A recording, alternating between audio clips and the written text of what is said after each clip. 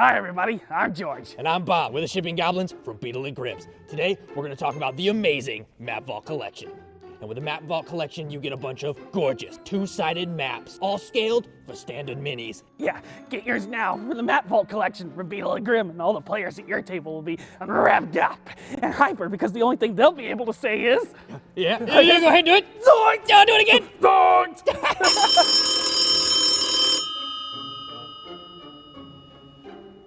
Hello? Who do you think you are? Yes, Mr. Lillard. You're just some goblin. Yes, sir. You can't just go off and use my It's your voice thing. like that. I have rights. Completely. We just thought... Wait, okay. I'm gonna take this right to yes, the sir. Beetle. Hey, Grim. Thank you, sir. What happened? Matthew Lillard watches our show! Zoinks! Double zoinks!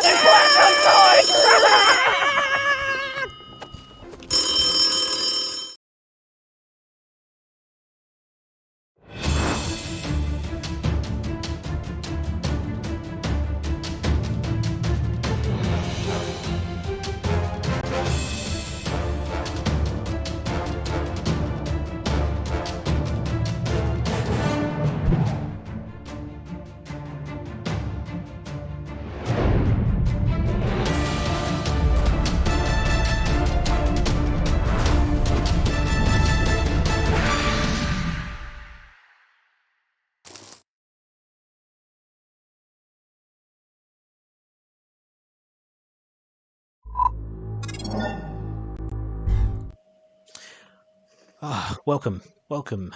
Good evening. We're now live, eventually. So sorry Awesome. about that. We had a small technical difficulty. I dropped out after starting the stream. So thank you for bearing with me on that one. Right.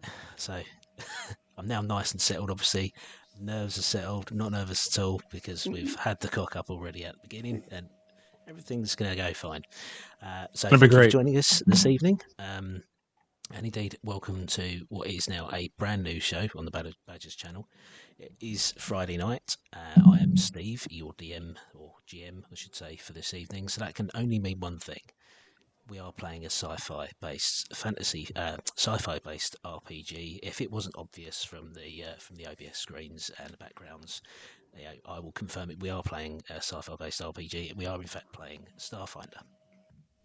So the only swords you are going to see tonight are the laser variety. So much fun. And the only spells that you will right. see are going to have a completely sound scientific explanation for existence. Hold on, I'm wearing the wrong t-shirt for that. I got the right one. So yes, we're playing Starfinder by Paizo. I know, I've got it written down. Don't read it. Well, I didn't mean buy Paizo. I mean Paizo. Get me some bloody t-shirts. Thank you very much. That as well, yeah. Get those some t-shirts. So yeah, we are playing Starfinder by Paizo. It is the beginner's box, and we're going to be playing the beginner's box adventure. Its title is still Talon's Lair, and we are indeed going to be using the iconic pre-gen characters. And in a moment, I'll ask the players to talk about their character selections, a bit about why they chose them, and a bit about them, so a bit about their history. Because what the beginner's box does, it gives you some really good pre-gen character sheets. They are really, really good. We'll get to that in a minute. First of all, players, hello, how are you? Oh, How you doing? Hello, everyone. So now I know what Dave means by being flat. yeah. Talk away. I'm allowed to be nervous. You can be relaxed. You've got nothing to worry about. Not nervous, just didn't want to interrupt you too much, Steve. So, big thanks as well to Josh. Josh is, I've called him guest starring, but he isn't really guest starring. I mean, he's been on all of our streams. He's been on Rise of Rune Lords playing Silent and Bear. He's been on Tomb of Annihilation as everyone's second favourite Tortle, Lars. Oh, wow. He really is. You love Lars. Part of the family. He's a badger in essence. How are you this evening, Josh? Doing great. I'm looking forward to this, Steve. This is something I've been looking forward to for all week, to tell you the truth. This is exciting. So hopefully everybody enjoys tonight. It's going to be a good one. No pressure. Yeah, no pressure. No pressure. It's going to be great. You got a little comment in live chat to say your mic is a little low, and I was about to reply and say you're just quiet anyway, but if you can boost your mic, even better. It is at maximum, so I'll just try speaking a bit louder, moving it closer to my face. Swallow the mic. Swallow, no, just get it on up in there. Deep and full. Yeah, deep and full. Which does in fact bring me on to what Josh released earlier this week on his YouTube channel, which is his deep and full review of the Starfinder box set. So we will be playing the adventure this evening, but if you'd like to see all of the other goodies that come in a beginner box, then please head over to Josh's YouTube channel and take a look at his review, because it is very thorough, much more thorough than what we did in What's in the Box probably, I don't know, about 4 or 5 months ago now, where we just literally open a box and take things out. Josh takes things out of the box and actually talks about them. And shows you good stuff. He does show you good stuff, yes. So please head to his YouTube channel, at the MCGUIRE review, and drop in a follow, drop in a like, and stay up to date with everything he's got coming. Josh is obviously here for the whole show, and he will be returning for the second session of this Star Adventure. We're only going to run 2 sessions, which is in 2 weeks' time. So Josh will also be here doing a Q&A at the break. So if you do have any questions for Josh, then please put a little Q in chat. One of the mods, most of whom are sitting in stream with me at the moment, will pick up one of those questions, and we will ask Josh during the break. Now, we've got Cork out there. Cork's out there. Yeah, Cork's out there. Excellent. And pull your mic away from your mouth because you're popping. Okie dokie. Okay, and I'll just add why Steve's doing a mic readjustment with the content that we do here tonight and next week, or I'm sorry, tonight and on the 29th. After that moves to the Badgers YouTube channel, so don't forget they got a YouTube channel as well. So you can go out there, subscribe there to get all the content, like everything.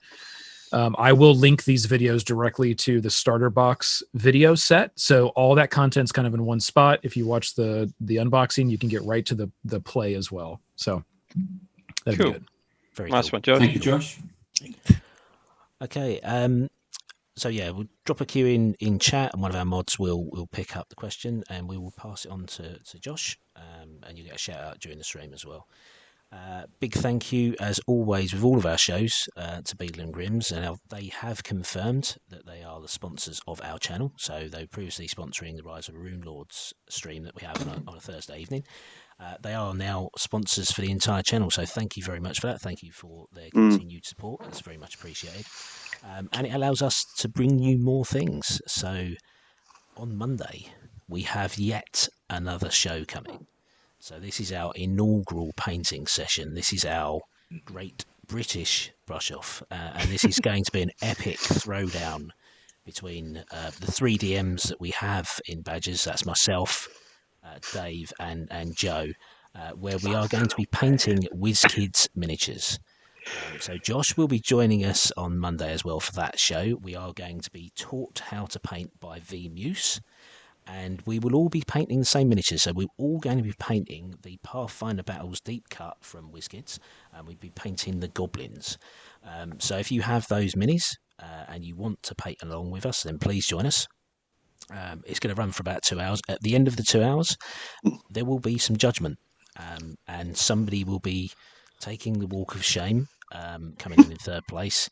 So V will be awarding the gold medal. Josh will be awarding the silver medal. Don't know if he knows that yet. Josh will be awarding the silver medal, and we will stack those up over the weeks that we're doing this show. I think we're going to do about 6 shows, and then bragging rights, because Dave won't give up the gold dragon that's sitting behind him as a trophy. So it will be bragging rights, unfortunately. Hey, Joe's looking pretty confident. I'm going to put my money on Joe. Well, I mean, so we've got the polar opposites. Joe's very quiet, but paints a lot of Warhammer miniatures. Getting quiet. Dave's very vociferous about the fact I told Dave he might as well bring the dragon over now. Sorry, quiet. What are you on about? I was like, when you drop the goblin model, just bring the dragon with you, would you? Okay, I've completely misjudged it then. I've been fair, right. Brutality coming. That's what's happening. Take him down, boys. Take him down.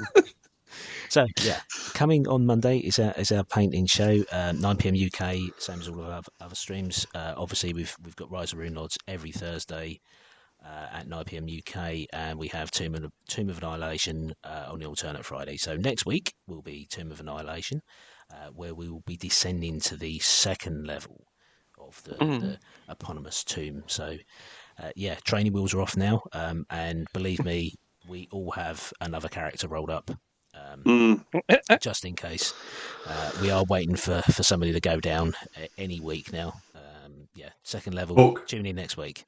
Bring the pain, Joe. Mate, I tried so hard last time, but bring the pain. This time I'll get them. I'll get you next time, Gadget. And of course, if you watched yesterday's Rise of the Rune Lords, you know we ended up with a bit of a watery end. So there may be some fallout from that next time as well. Also, it's all going to come down to who can swim, who was wise enough to buy bottled air with their magical item spends, and who didn't. So we'll trust in the luck of the dice and some other methods to save ourselves there. Coming next week. This show will return in a fortnight. This is a 2-session show. We're only going to run through the beginner's box, but Starfinder will return sometime in late March once Tomb of Annihilation finishes. We will be running a weekly adventure path, and we're going to be playing Fly, Free or Die, which is a 6-part release of Adventure Path coming out monthly. So we're currently on the second chapter of that, which was released in December, and then we're planning to get that in January, February, all the way through to April. So we're going to start playing at the end of March once the bulk of it is released, and then we'll play through that every week on a Friday evening. Okay, time for a breath. Big thank you to take a drink, Steve. Take a drink. You deserve it. Come on. Chat amongst Talking yourselves. of drinks, thanks, Dave, for providing this. This saved my life because I forgot to get any alcohol today. So there you go. I hope it's good. Yeah, it's nice. Right, big thank you to all of our other supporters as well, especially Dungeon Fog, who we use extensively in all of our Pathfinder streams, and Starfinder this evening as well, so all of our Paizo stuff. We do all of our battle maps in there. There'll be a link in chat. One of our mods will post to their site. Account sign up is free, so please head over there, take a look at the map creator. It's very good, and the recent version 5 upgrade chucks in a whole load of tools as well. You know, you can copy rooms, rotate rooms, copy maps. Loads of new brush features to really, tighten up your images and make them look more realistic. So it's a very good tool. So please head over there. And then also in the box below me, I'll point randomly and I'll get it right at some point. Just point straight down. Point straight down. There is an ad box, and in that ad box you will see the various different discounts that we have available from our supporters. So thank you again to those people, and please make use of them. Now, the important part: if you are enjoying what we do on our channel, and you yourself want to support us, and the easiest way to do that is actually by the Twitch sub.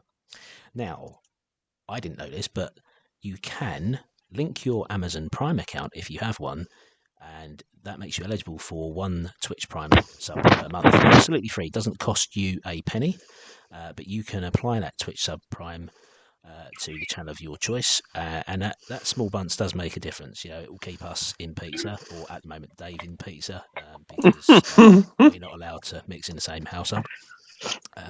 But your support is much appreciated, and like I say, the easiest way is through that Twitch sub Prime. That's not difficult to do, and I have some very easy steps to setting that up. It's simple. Step number 1: just go and find one of your children between the ages of 11 and 13 and bribe them to come back to your computer with you. Stand there and prod ineffectually at the screen, conveying that you want to link this thingy with that what's it, so you can sub for free to Banner Badges. After about 5 minutes of consternation, eye rolling, general grunting in your direction, that child will sit down and do it for you. It's a perfect opportunity to go and make a refreshing cup of tea and relax and while away the stresses of the day. So that is my top tip for getting Twitch Prime sorted, and it is much appreciated if you throw it our way. Obviously, if you don't have any children of your own, I recommend not going and approaching any strangers. That's wrong. Just stay away from it. So there is a post in chat, and it links you to. Lee's going to crack me up in a minute. a link in chat will actually take you to a scripted step-by-step guide that's easy to follow as well. But 11 to 13-year-old children much better and faster, and tea is always good. Are you encouraging slave labour? Is that what this Well is? done, Steve. I believe the term is involuntary servitude. That's it. Yeah, I like that one. That's good. It's earning your keep. That's what it is. Come on. Yeah. So, that was a pick. Thank you for sticking with me. I'm going to take a breather now. We're going to see who's in chat. So, good evening, good people. I'll just refresh that.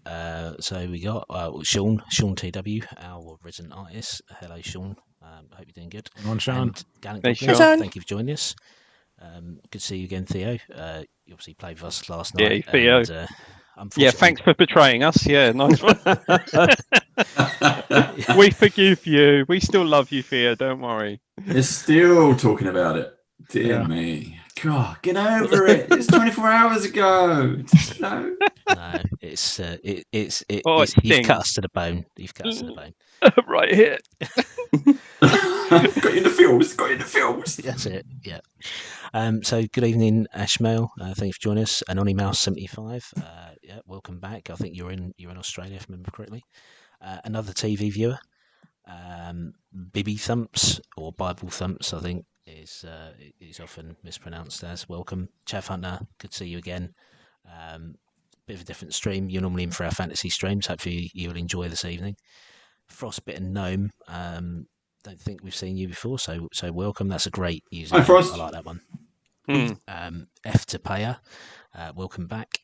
Navy Phoenix. Hi, Navy Phoenix. I know you're running Rise of Runelods or playing in Rise of Runelods yourself, so thank you for joining us. Preacher 5571. You will never know. Welcome back again. Zombies Ate My Brain and Violet's TV. So good evening all. Zombies. Welcome, everyone. Welcome. Yeah, welcome. Hit Hello, that subscribe welcome. button. Hit that subscribe or follow button, wherever it is. Just Subscribe. hit some Subscribe, buttons. follow, Just any buttons, just press them. Like I say, not the one with the X. No one with Yeah. X, no. And if you follow, you get that little cool Boo. Yeah. graphic too. You do. So, What? It's not exactly like that, but it's cool. right, is everyone ready to begin? Let's do it. First Let's jump yeah. in. Okay, right. So normally we do a little bit of a session zero. We normally record it and release it. We haven't done it here, and the reason we haven't done it here is because we are playing the pre-gen iconic characters. But what I did do in the setup to this game is I just threw the character sheets at my players and basically said, "Take your pick." So we have a selection, and what I'm going to do is I'm going to ask our players in turn to introduce their characters and talk a little bit about the character, because they are iconics, and why they chose them. So over to you, players. Josh, you want to go first? Sure. I'll kick us off. So I'm Josh McGuire, and I will be playing Obadiah, mercenary for deadly contracts.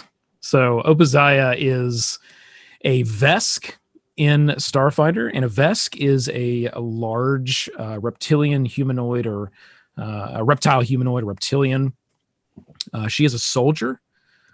She really comes from a military type background, family of bureaucrats. She really excelled in that environment, took to the military, was pretty much an all-star, and then left, was later discharged from the military and became a mercenary, where now, I mean, she's looking for recognition.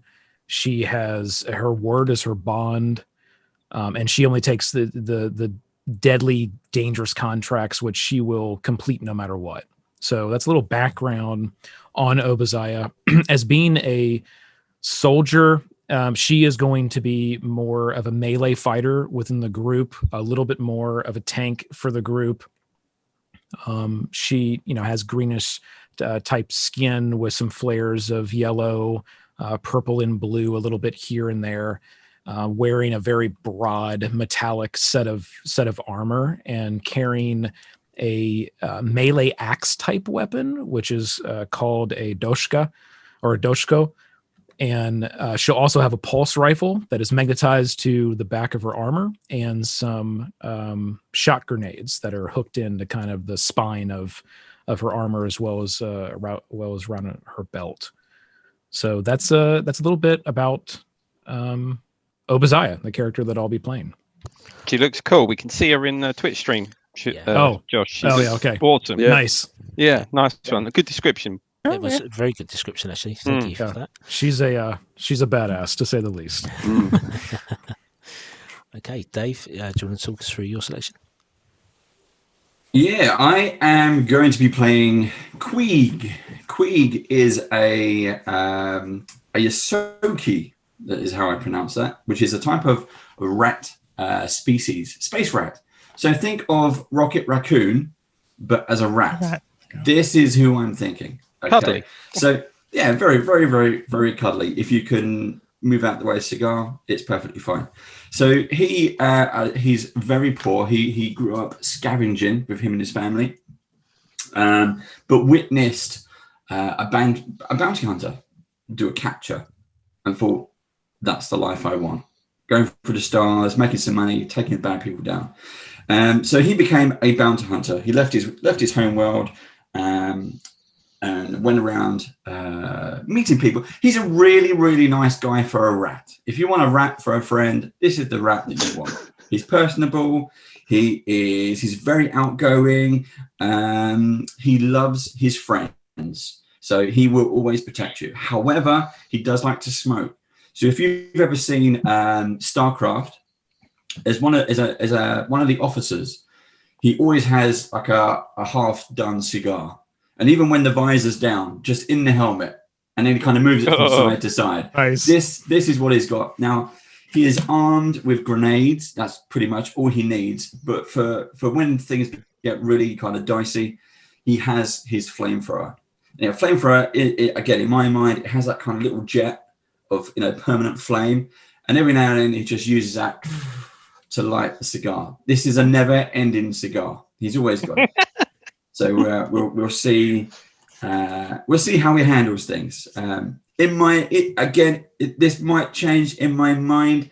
He sounds a kind of American gangsterish, kind of like keep the change, you filthy animal, kind of dirty rat. So good. Kind of that kind of stuff. But we'll see. It might end up being my usual Irish, Scottish, Welsh combo. We'll see how it transpires. Yeah. Thank you very much. That was a great description. Jeff. I am going to be playing Isef. I think it's pronounced Isef or Isef. I'm going to go with Isef because I think they meant it to kind of be like iRobot, because I am an android. Now, the backstory for Isef is that they woke up on a planet with a bare minimum of knowledge of the universe. So a pretty blank slate.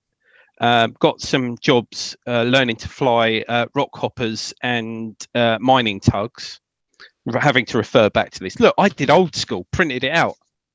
And we can't see it. Yeah, it disappears. But So did I. We trust that it's there. Yeah. But didn't get along with a lot of people because there's a bit of a what do you call it, a prejudice against androids. A lot of people in the galaxy have a prejudice against artificial life forms.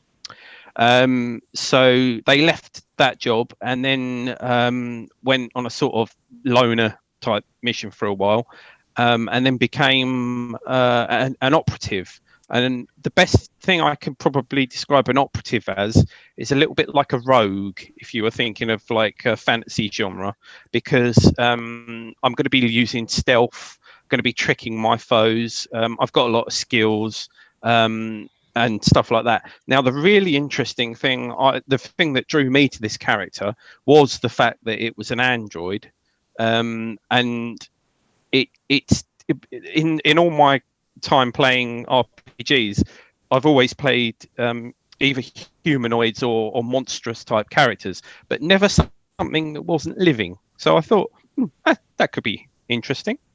I ISIF is going to be mostly using a semi-auto pistol, but it also has a tactical baton. But from the way the character is constructed, I get the feeling I'm going to be mostly ranged. So I'm going to be keeping my eye out for a better weapon at some point.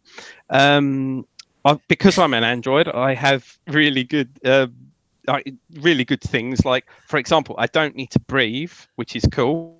I can survive in a vacuum, which I'm hoping is going to come up at some point. Or a Because Dyson. I imagine trying to swim in space. And and also I've got like dark vision, so I can see in the dark. Yeah. I imagine that ISIF, because it's an android, is going to have more than one voice. So I think I'm going to save them for when we're actually playing. But the friendly voice. Oh, I was going to do the friendly voice. No, we will save that for when we start. Okay. If you get hit, do I'll you scream save in that. dial-up? Yeah. when I did think about recording the old modem sound for when I changed between voices, but I didn't have time to do it. Got a soundboard, shouldn't I, or something? But yeah, so that's ISIF in a nutshell. Fiercely loyal to friends that he makes or they make, but not very quick to make new friends. Okay, right. Thank you very much. We'll jump to Lee. Hi. Good evening, Hey, Lee. Hi. Oh my gosh, we get to play together. I'm so excited. I'm your biggest fan. Oh my god.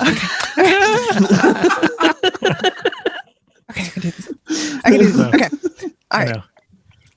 I will be playing Navasi, the envoy. I'm gonna bring my real rich bitch energy who's running away from daddy's money.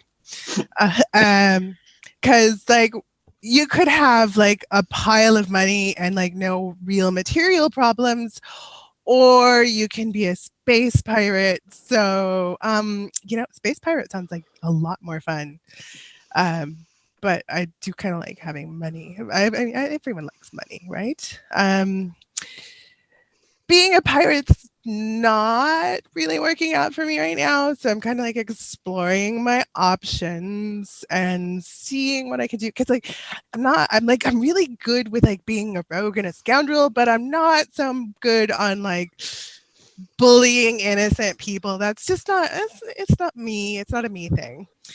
But I believe that everyone should be free, you guys. That's so cool. Like we just need to be free and not be like oppressed by capitalism and daddy's money. So I'm kind of a scout. I'm a little scamp, just a little bit, cheeky there. I talk really quickly, but that's okay because you get me. You guys get me. Everyone gets me. It's fine. We'll work it out. It'll be cool. Okay. But I love it when chips are down and we've got lives at stake, and that's when you can see who your friends really are, and we're all in it together, guys. We're oh my all gosh, in it together. It's gonna be great. I loved the idea of the envoy because, as you can see, she's very purple, and I love purple. You have to be a charismatic people person, and that's me. I love people, and I like inspiring my allies, and I will totally fucking take a bitch down if they cross me. So don't try me out. In terms of weaponry, I have a pistol. It looks like a laser pistol and a tactical baton. I can speak, I promise. And some grenades. Oh, those are fun. I've never used a grenade before. You just and then you throw, right? Okay, good. I'm on board. Yeah, remember the throw bit. Okay, cool. Okay. Yeah, This is good. definitely let go. We've got this, you guys. It's gonna be great. Okay. And there's money and others. A flash. Who cares? It's gonna be fun. I can't wait to get started. Awesome, thank you. Now, there's a reason why I've left Joe to last, and I'm going to request that he goes as quickly as possible, and that's because the character he's chosen basically freaks me out. All right, so let's take as long as we can. So, yeah, my name's Joe, and I am going to be channeling my inner Jeff Goldblum and play a fly-like creature named Kez Kodia, but his friends just call him Kez. He's a Shireen mystic healer, and I believe, am I the only spellcaster? I don't know if any of you others are. I believe so, yeah. I am. Think so. So yeah, the main reason I chose him was mainly for the healing and the spells, the psychic powers, and the ability to do telekinetic things as well. So he was a child of a priest, and he saw another priest offering comfort and healing to an afflicted individual, and decided to follow that path himself. And it says that he believes that that death is not the ending, but a doorway and an entry into a new existence and a way of being. I have a couple of really cool spells I can do that will heal all of my friends if they're within 30 foot of myself. I can do psychic attacks and whatnot. I've got the ability to detect magic, cure. It's a lot of buffing and telekinetic spells, and then failing that, if they get too close, I do have a battle staff that I can just donk people on the head with. So yeah, but hopefully it shouldn't come to that, because I'm going to be the squishy person standing at the back whilst all you guys just get rezzed in front of me. Right there with you, buddy. Yeah, you go forwards and I'll be at the back going, you can do it. So yeah, right. Thank you very much. Thank you very much, players. Great descriptions.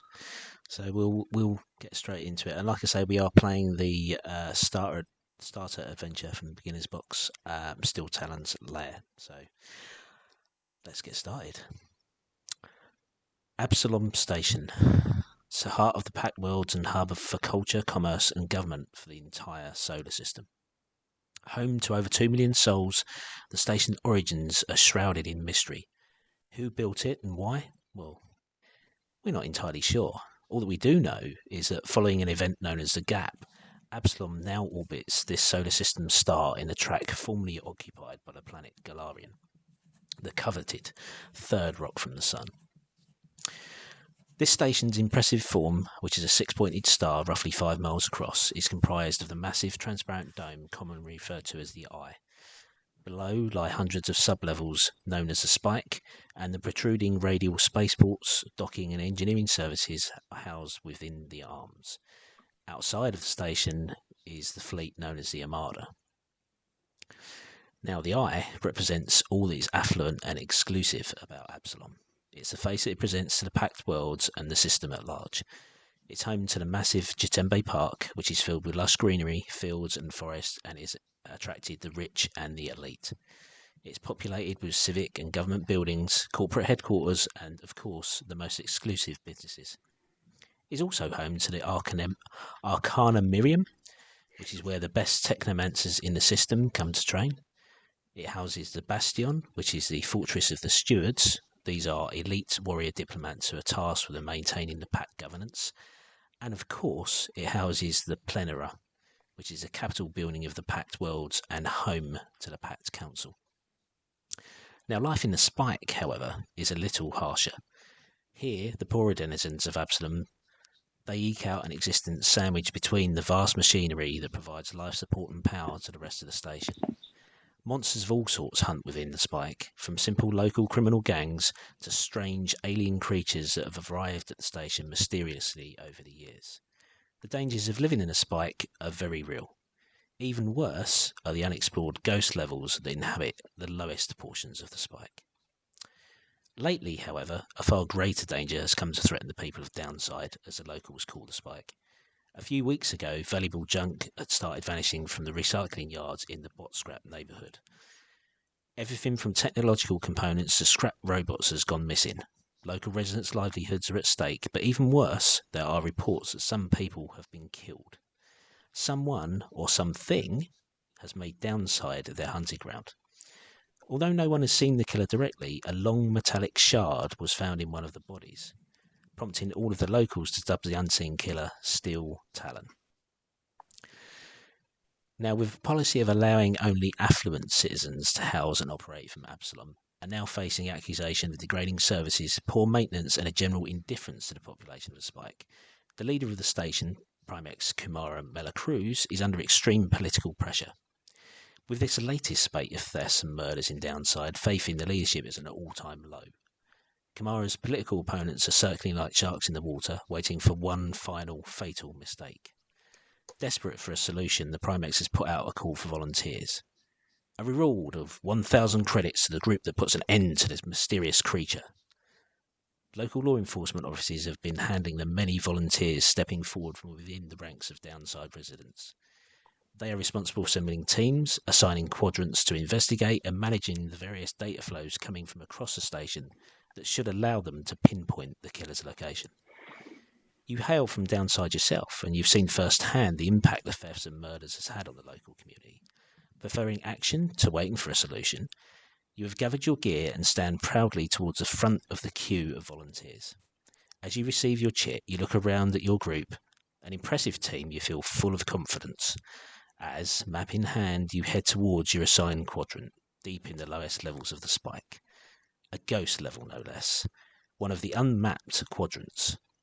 Despite the fear of what you might be facing, you feel a certain frisson of excitement as you climb into the first of many access ports and crawlways you will need to traverse in order to reach your destination. After many hours of crawling through tight, humid and dark spaces, you finally reach your destination, access port F191B7. What lies below? Well, who knows? But you're here now, and it's a ghost level. And all that stands between you is a code-locked deadbolt tightly gripping the hatch. Well, that's not on the map. Over to you, players.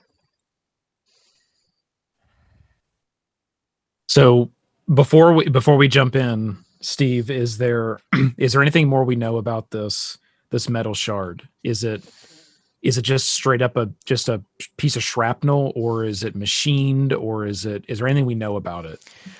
What you know about it ranges, just from rumor. So, it ranges from the huge talon of a great alien beast that's been, formed from a swarm of rogue nanobots to a shard of old scrap that's been thrust through somebody's chest as a makeshift weapon. You don't have any real information. You just have the rumors, and as rumors do, they grow over time and get embellished and become even more fantastical. Okay. Only as whispers. Pretty much, yeah. Okay. So in front of us is a door, did you say, or a hatch? It's a hatch set into the floor. It's Okay. It's the old ship-style bulkhead hatch. So there's a hand wheel on top, and you lift it up to get down. But surprisingly, and you weren't expecting this, there is a code-locked deadbolt that grips the hand wheel and stops you from turning it. Now, on investigation, you can see there is a small pad to the side, which is a palm reader. And you can see that this has been used quite a lot because there is very distinctive greasy palm marks on that pad.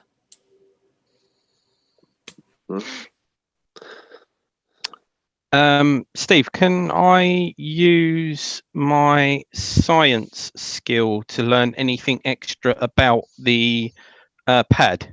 Yep. If there's any more, I noticed that maybe, I don't know, it can be short-circuited to override or something. Oh, that's not too bad. I've rolled a 24 total. Right. Okay, this is a very low-level palm reader. It's very basic. You think you would be able to bypass it just by applying pressure to the palm reader and using the fact that somebody's gone there with greasy palms numerous times, and that would be good enough. So with an application of something clear and just pushing down on the reader, you reckon you can fool it enough to get in. Right. So I say to the team, I believe I can open this. If you just give me a second, I'll see what I can do. Please. And I reckon that my palm might work, my hand, because I have flat metal hand, I reckon I could probably use that.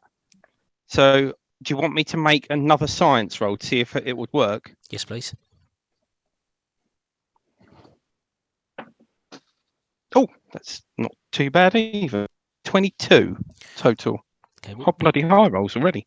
what you do notice is that the greasy palm print that's on the reader is slightly smaller than your own, so you need to make that check to position your fingers and the like palm sort of like go correctly. like that, and yeah. So you'd be pushing in the correct points. You do manage to fool it well enough that it reads your palm correctly, or reads the residue of the palm from before, and the deadbolt slides quietly open. You now may access the handmill and go through the hatch. Friends, I have opened the hatch. Excellent. Thank you so much. Great job. You're so Thank you. And Obadiah will take the lead to go down first. Okay. Very eager. So lifting the hatch reveals below you a rusting metal ladder that descends into a gloomy chamber below.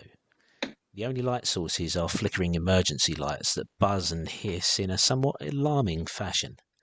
It's difficult to make out the details as you descend, but grimy plastic sheeting appears to cover doorways to the north and east. As you reach the lowest level, as a climb of about 20 feet or so, you notice some more details of the room in general.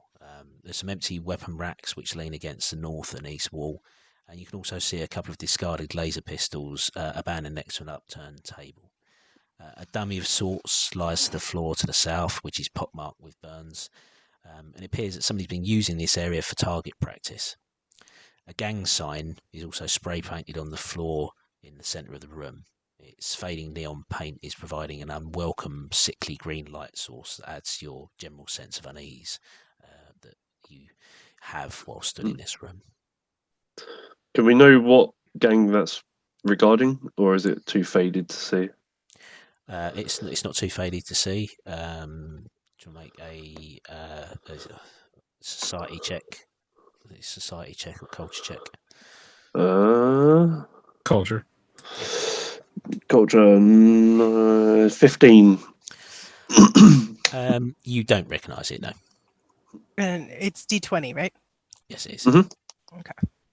Oh, well, that's no. I got much less than 15. I got 8. Okay, no. Unfortunately, you don't recognise it. But there are many criminal gangs in the Spike, and of course, this is a level that nobody's mapped before, so it's feasible that you wouldn't know. I got 17 on a culture check, and with my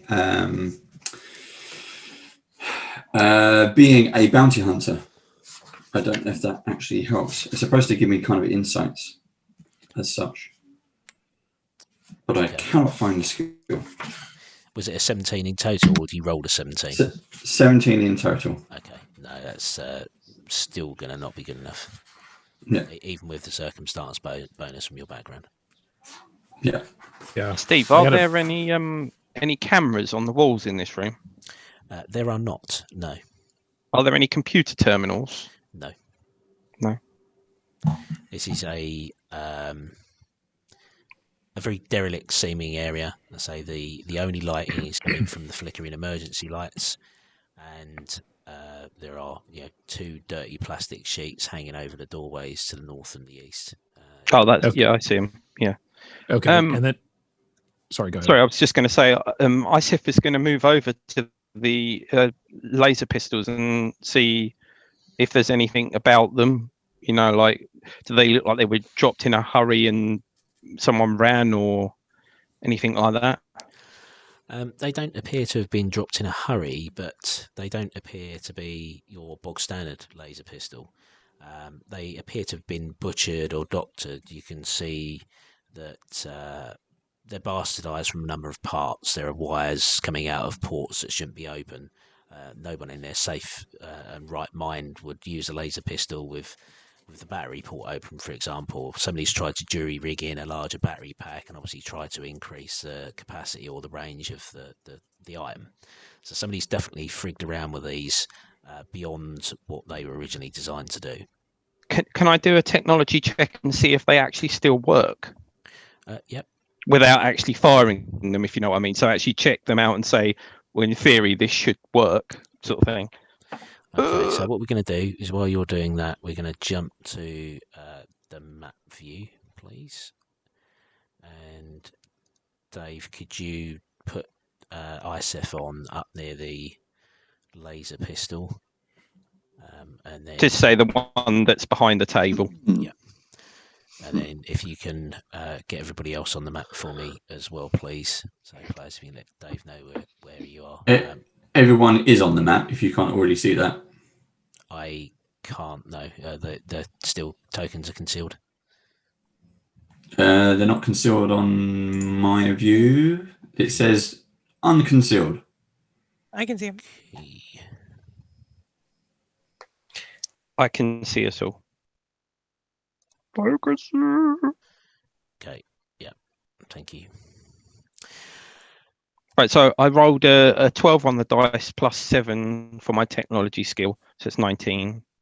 Okay, so they will work, they will fire, but you don't think it would be a good idea to do so. They're putting out far too much power for the rating of the rest of the components. This additional battery that's been added looks like it will eventually do enough damage to destroy the entire item. Now, as you're distracted looking at that laser rifle, the rest of you arrayed around the room notice that the curtain to north suddenly parts. Two green-skinned creatures with bulbous melon-shaped heads crammed into transparent bubble-shaped helmets stride into the room and look up at you in surprise as they suddenly howl and charge to attack ISF. So ISF, you're going to miss this round because you're distracted with the laser pistol. Dave, if you can stick the two goblins on the map for me, please. If you've not done it already. You're on. Thank you. So initiative, please. So I'll get you to roll ISF, but I'll say you'll miss your turn. Yeah, I'll roll. Ready? Oh, yes. Level up dice. Thank you very much. First roll of the game, a 1. Yeah. Oh, no. You want to get some level up dice, Josh? Yeah. Initiatives, I'm an 8 on it. An 8. Okay, so Josh is an 8. 23 for me, for Queeg. I got a 12. 19. I also got a 19, but I know I'll be missing the first round, so it's okay.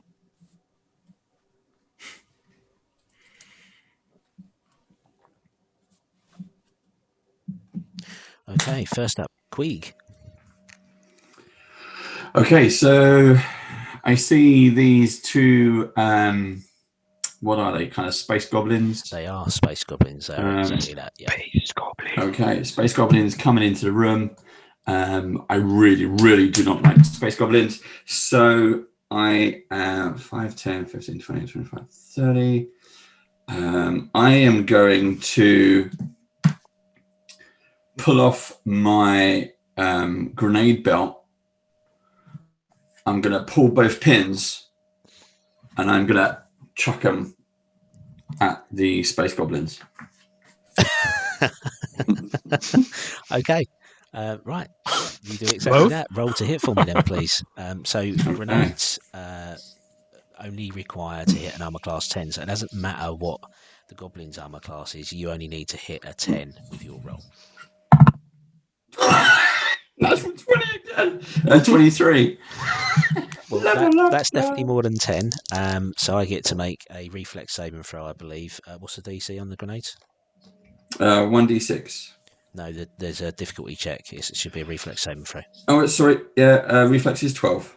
Reflex is 12. So one of them passes, but the other one fails. So please roll your damage. Okay, so you successfully land the belt of grenades against the one that failed, and that area is just engulfed in this fragmentation explosion. It's 1d6. I do 2, just 1 per grenade. Yes, 2d6. Yeah. Double 6. No pluses, that's 12 damage. Doubled because you rolled a 20. Oh shit, yeah. 24. 24 damage. So Nice. the first one takes the brunt of the damage. What happens is you throw this belt over, and for whatever reason, the goblin thinks that it's a great idea to catch it.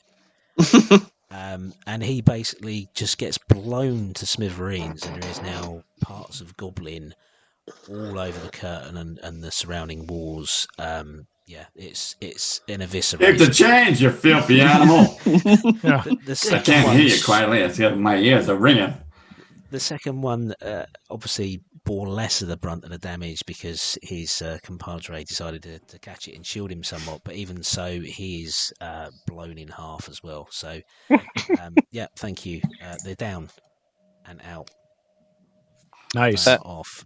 So Isif I turns killed. round to Quig and says, "Quig, I appear to be covered in goblin. Was that you?" It's we're staying in initiative order, okay? Yeah. For the time. So Navi. Yeah, it was you're up Seth. next. Sorry about that. I forgot to tell you the duck. No problem. I'm gonna pick up the table, if I can.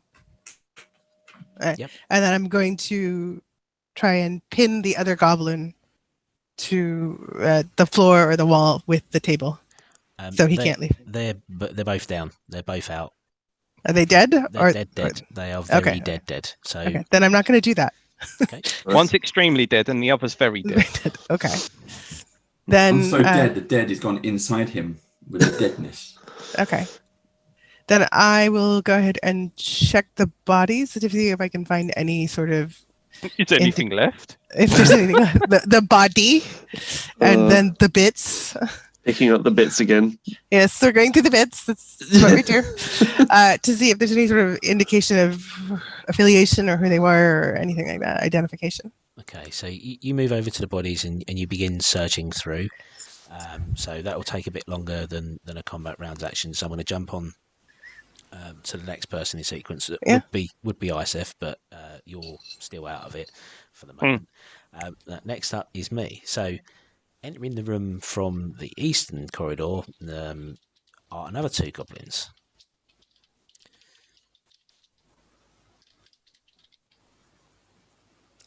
Right, sorry, I'll have to jump out to Chrome. Let me know when the second one's on. Yeah, working on it.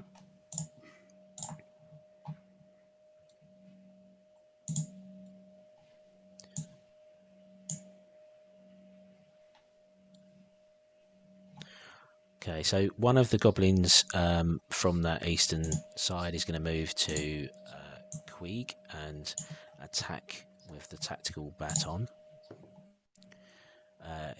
hitting an armor class of 15. Ooh, 15. Yes, we've become familiar with the new ones. Armor class. Oh, is 15.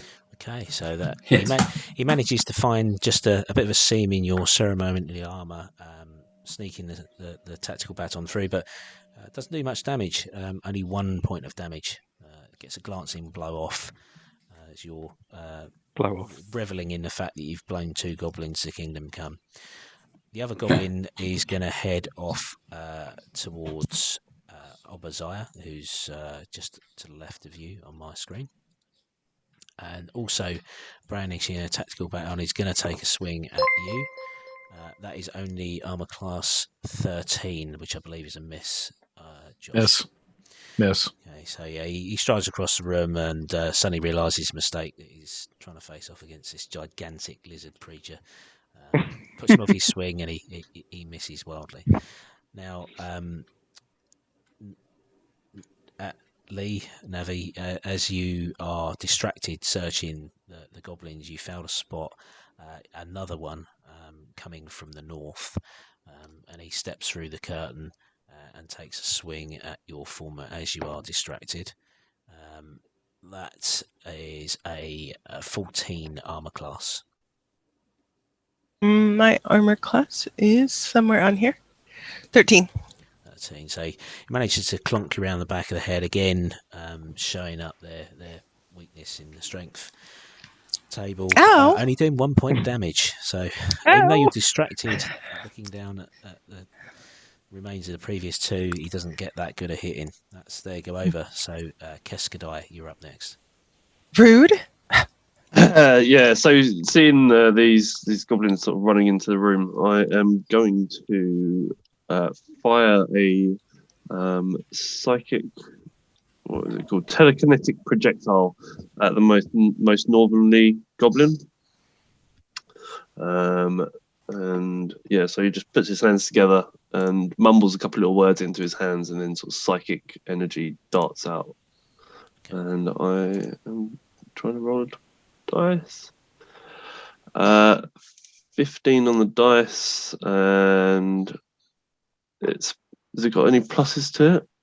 I think it's just, is it just a flat dice, or do you add 15 on the flat dice hits anyway, so that's fine. Okay, cool. So that is 1d6 kinetic damage. So I'm just gonna 4 damage. So the goblin that's just swung down at Navi as he's searching through the goo suddenly takes a bit of a stagger backwards and puts his hand up to his own bubble-shaped glass helmet, sort of shakes it off and glares at you with a sickening grin. He's still standing though. I'll just nod back to him with a smile. Move? I'm gonna move down 2 squares if that's all right, please. Okay. Is this a control panel in that red thing to the corner? Did you say? Or am I... Sorry, I'm just opening something up. Sorry? The control panel. No, they're the emergency lights. The red things. Oh, okay, right. Yeah, they're the emergency lights. Okay, right. You'll go over. Next up, we have Josh with Obadiah, please. Okay, so since Goblin 4 has physically attacked Obadiah, she's pretty pissed. So the Dosco is coming out. So you see her reach back around and pull out what looks like a long metal cylinder, which then, as her hand grips it, it just sort of like unfolds into this laser type axe. And she rears it around two-handed and comes down on the top of the goblin's head. So that would be a 10 to hit. Unfortunately, a 10 misses. So yeah, you make an impressive scene on swinging the axe down, but you've been completely put off by the size difference between you and this goblin, and have aimed a little bit wide. Unfortunately, miss. Okay. Would you like to move at all? Bearing in mind you will get an attack of opportunity if you move. No, I'll stay positioned right there. Okay. All right, that's it. Top of the round, Queeg, you're up again. Okay, so this one who's right in front of me, who's kind of took a swing. I didn't appreciate that, and I just moved my cigar from one side to the other, sort of back again, and then reach over my shoulder where is my my kind of flame rifle. It's a bit like the backpack from Ghostbusters. So I've got that, and I've got this, and I pull it down and take my time and just kind of do a rat smile. Yeah. And then just flame on and cook him. He's standing right in front of me. Follow Fractured Avatar. That's much appreciated. And I didn't catch who followed us earlier because I was on the other map screen. It was I can't remember. Preacher, I believe. All right, thank you, Preacher. Sorry, cool. Dave. Do I need to? He's right in front of me. So the I will do anyway. You do 16. need to, yes. So this is a cone. It's called blast. It has a blast effect on this flamethrower. So a cone of flame, 15 foot wide, 15 foot long, shoots out the flamethrower, completely engulfing the goblin. The roll of 15 hits. So if you'd like to roll your damage, please. I love these dice. How much damage did you do? 6. That was 6. Okay, so you 1d6. you take him down. You unleash the full torrent of this flamethrower backpack that you're wearing, and melt through that bubble glass helmet and through all of the fleshy bits underneath. He drops to the floor, dead.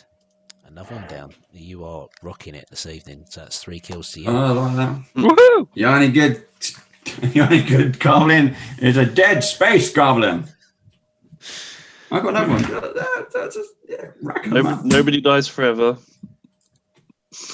Okay. Yeah, come on. Navi, you're up. Since there's one like directly in front of me and he just hit me in the head like a little rude butt that he is, I'm gonna like withdraw my tactical baton from where it is on my waist, and I'm just like pull shoot at him like right in the belly, like. Gonna go for a kidney punch with a tactical baton. Yes, that sounds good. All right, and that is. I'm sorry, I'm looking for it on the thing. All right, a second. 2. No. No. It's just no. I just got a 2, and then I have no like real melee. So. Unfortunately, the half step that he took back when he was staggered by Keskadai's sonic bolt just took him out of range. You thought he was a bit closer. You punch out forwards, but you miss. That's all right. Would you like to move or anything? No, because there's still goo for me to like sort through. Yeah, there's plenty of goo. Yeah. Okay, that's your go. Isef, welcome to the fight. Right, Isif sees what's going on, and he says, "Loading battle voice 01. You punks picked the wrong group." And then he lightning fast draws his pistol from its holster and aims at the one that's next to Navi. Okay. And takes a shot. 16 on the dice, That's plus 4 to hit, so that's a 20, and dirty 20. Oh, I've just thrown my dice on the floor. Oh. Right. Unfortunately, it's only 1d4, but it's a 3. So I don't think I get anything on top of that. Let me just double check. No, it's 3 damage. 3 damage. Well, that was enough. With Keskadai's bolt from earlier, you burn a neat little hole straight through the bubble helmet, straight through the forehead of the goblin, and he falls to the floor dead. Well, Thanks, buddy. Isif says, "You didn't feel lucky, punk." Thanks, buddy. Appreciate it. No, I can't. There's more. Space 6 shooter. Yeah. Yeah, I can't. Yeah. I can't put it away yet because there's more. Okay, so it's the goblin's turn. Looking forlornly at the fact that 4 of his friends have been taken down in considerably short order by a rat with a flamethrower.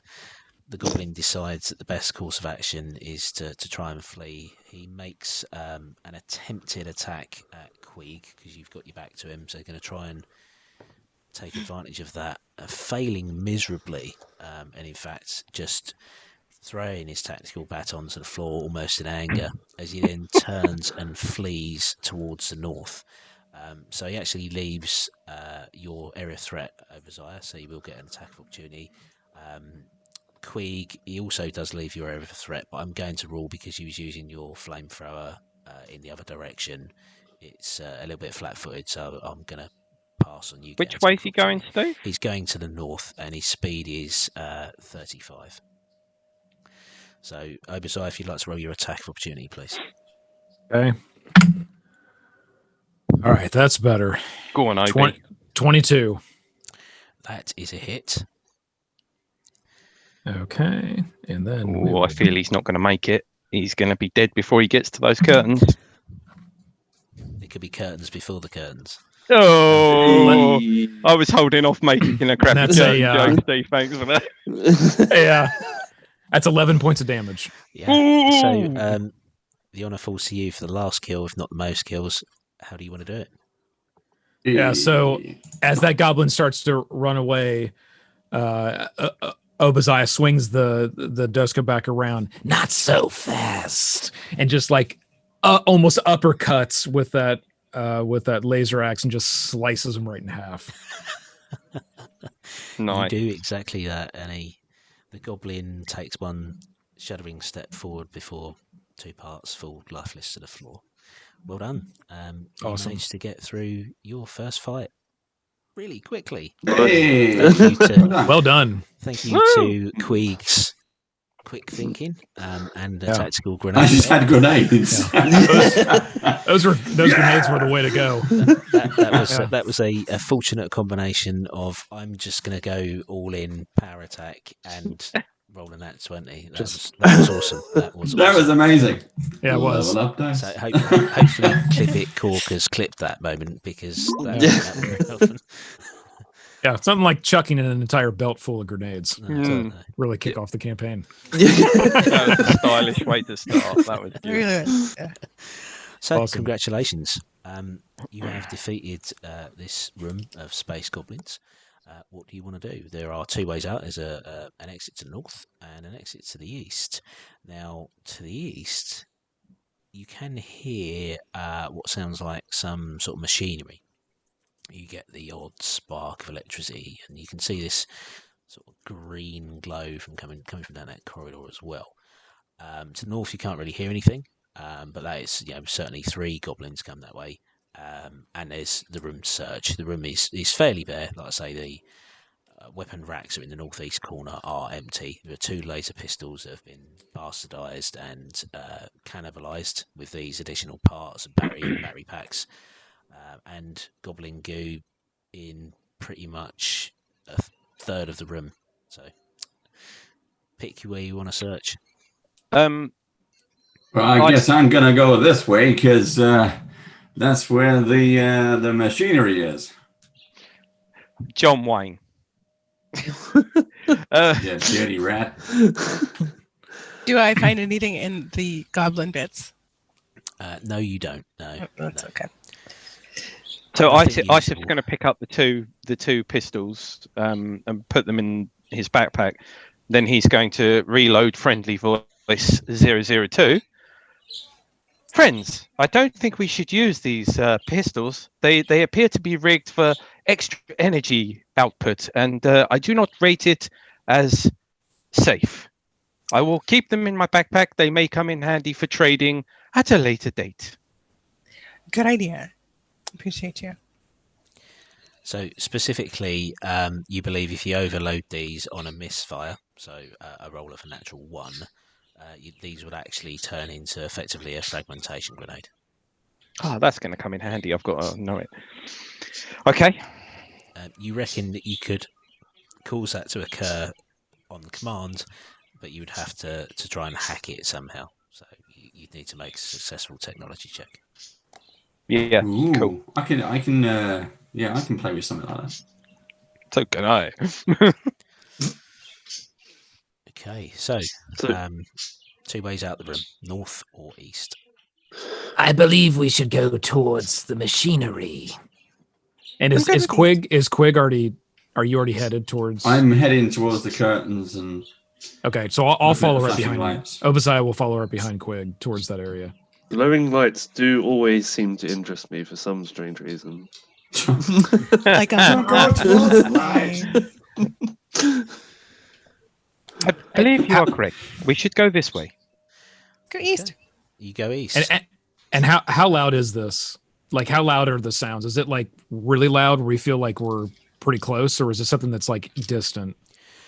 It's difficult to tell because you're in an area of the space station that is almost entirely filled with heavy machinery. I mean, the crawlways that you used to get here were just filled with a general hum of stuff flying through pipes and electrical power conduits switching over, relay switching and stuff like that. So there's always that general background hum.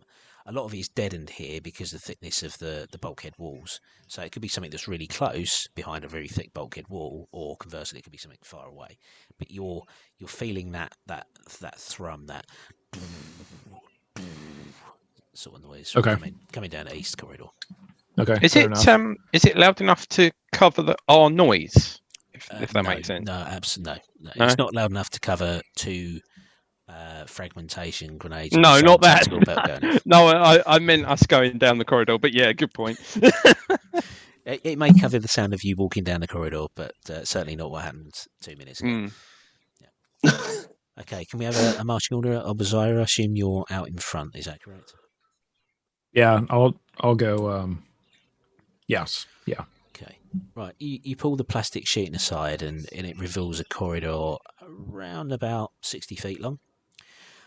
There are 2 doors in this corridor. One just 15 feet in front of you in the left-hand wall, and another at the end of the corridor. The door in the wall on the left-hand side is a small regular bulkhead door. Guess it opens up in some sort of office or storeroom. It's not a reinforced door. However, the door at the end of the corridor is very much reinforced. It is a pressurized emergency hatch, and it's currently in the closed position. You assume that is where this noise is coming from, and indeed, if you stand there for a few seconds and watch, you can see that there is a glowing green radiance around the seal. Whoever is behind that door is pretty fierce. Okay, and I got dark vision for 60 feet, so I can clearly see all of this. Yeah. Same. Yeah, I've got blind sight as well. Okay. So, I think it's So- only Navasi that doesn't have dark vision. No. But I will Oh. describe this for the benefit of the group. Okay. This whole area that you're in is very, very dimly lit. It is only emergency lighting. The corridor you're in is looking pretty disused. There's a lot of oil leaks and stuff like that everywhere. It's 10 feet wide, quite high ceilings, metal bulkheads. Okay. Quig, I think we should check the door that is open. So the door to the left. well, it's on the way to the bright light. We may as well poke our heads in. Yeah, so Obadiah will go over and just go ahead and open the door. Okay. Right. As you open the Maybe door. a couple sniffs before she opens the door, but You take a long inhale as you open the door, and what we'll do is we'll go to our break there, and I'll describe what we get afterwards. So we're going to take about 5 minutes. We're going to go into a bit of a Q&A with Josh. When we come back, I'm going to run Beetle & Grim Goblin ad for a couple of minutes while people disappear, go and get a drink or whatever. And we'll be straight back into Q&A with Josh. So if you've got any questions for Josh, then please post them in chat, and one of our mods will let me know. See you in a few minutes. Cool. Bye. Hi! Welcome to the Beetle and Grimm's Pandemonium Warehouse Shopping Network. Shipping Goblin Bob here is going to tell you all about our new Platinum Edition. It's my favorite. Thanks, George. Friends, are you tired of putting a cat, a flask of poison, and a source of radiation into a sealed box and having to settle for a cat that's dead or alive? Well, Beetle & Grimm's Pandemonium Warehouse has the product for you. Introducing the Schrodinger's Cat Platinum Edition. With the Schrodinger's Platinum Box, you can have both versions of your pet at the same time. Free yourself from objective collapse and enjoy a cat that simultaneously exists in 2 decoherent realities. It's time for atomic indeterminacy to enter the macroscopic domain. It's time for Schrodinger's Cat Platinum Edition. Yeah. She's totally dead. But totally alive. Only from Beetle & Grimm's Pandemonium Warehouse. Simultaneously available and sold out now.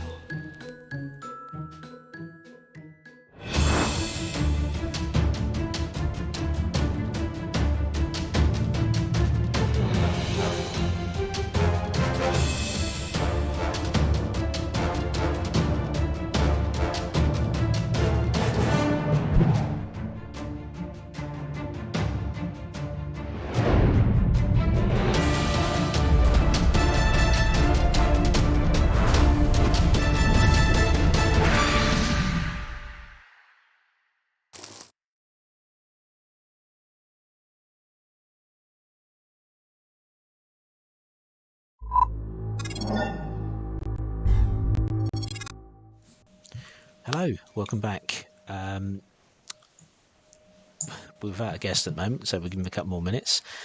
In the meantime, we can talk again about what we've got coming up. So, as I said at the beginning, we've got Rise of the Room Lords weekly on Thursday. Dave, do you want to give us a bit of a quick update on that? Rise of the Room Lords is back on Thursday. How quick was that, Steve? That was very quick. Just nicely. That's very cool. Yeah. Josh steps back into frame.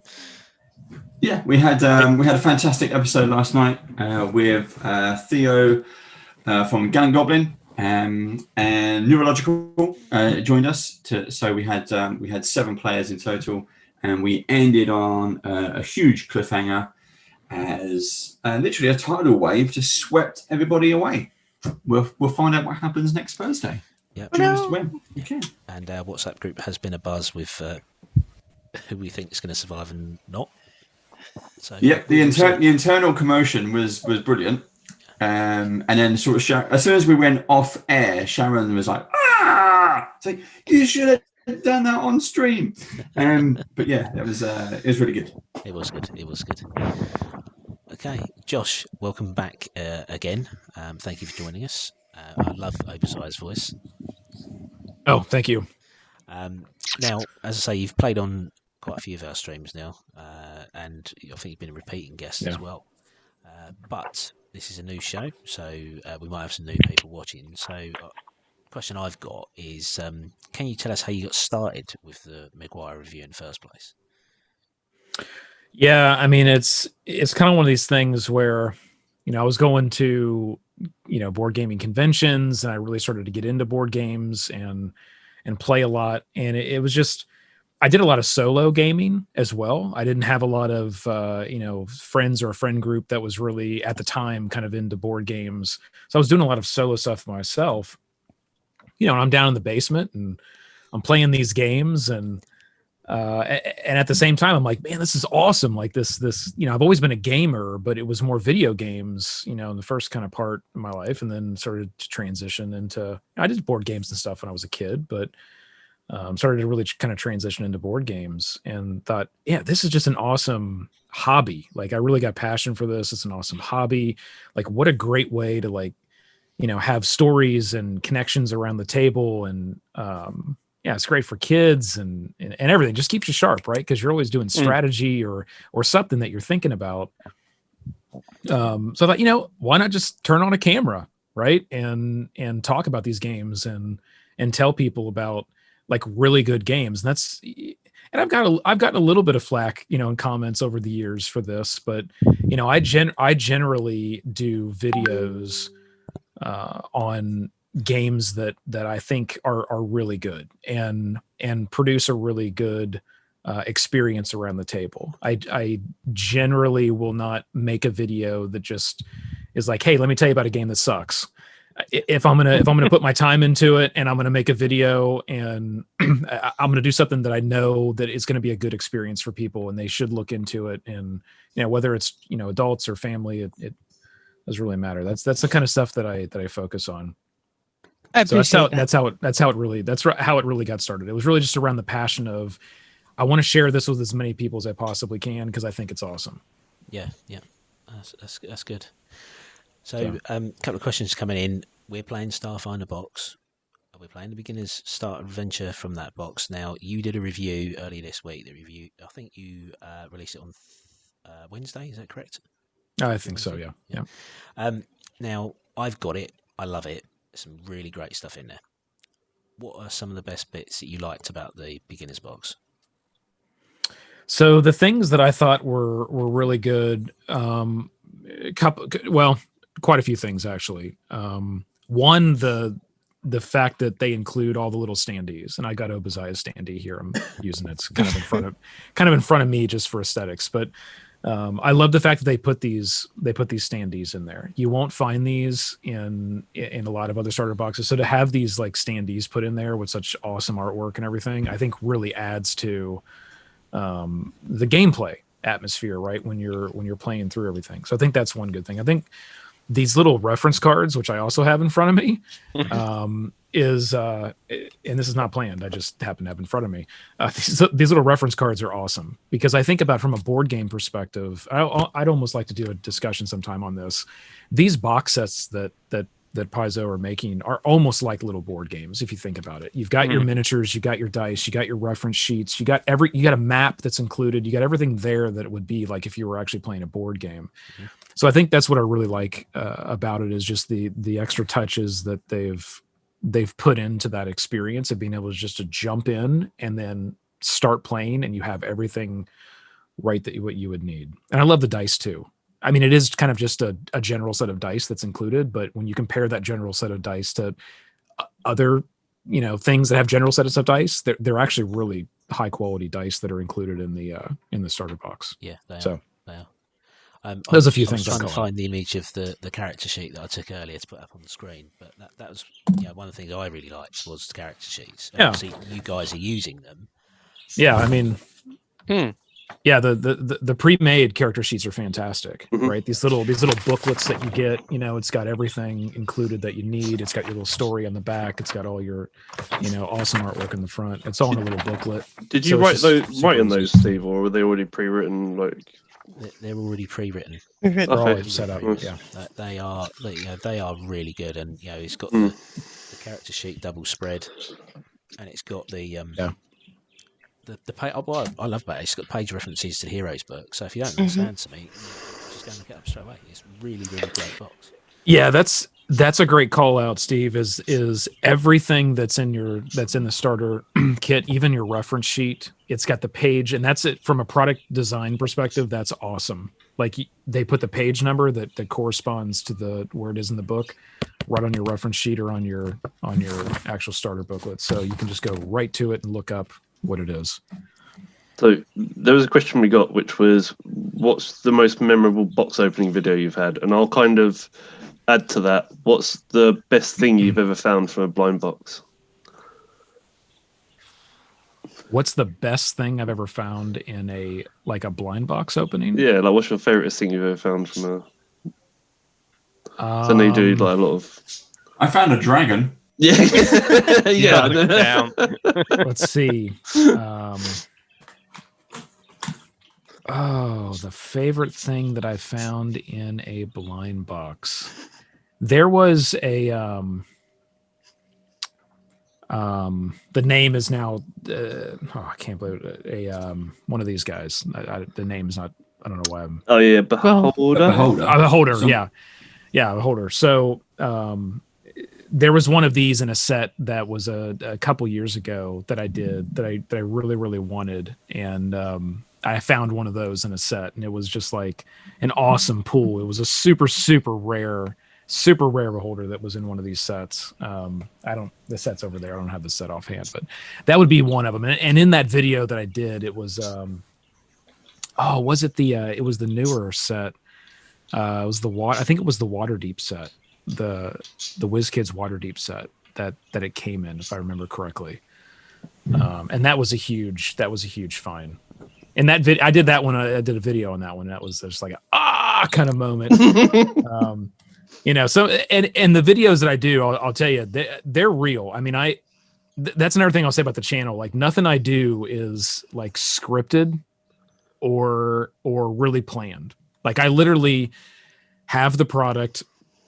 And what you see on the video is like that's real. Like it's not scripted. I'm just kind of going at it. So that was a moment that was definitely memorable because I kind of lost my shit when I pulled that one out and even did a little laugh in Bear's face. And yeah, that was all real. None of that stuff is scripted. So yeah, that would definitely be the favorite, probably the favorite unboxing for miniatures.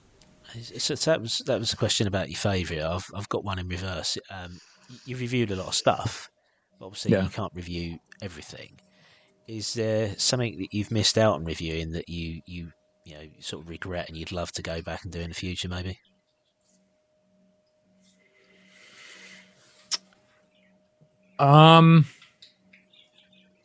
Probably either Root or Seventh Continent.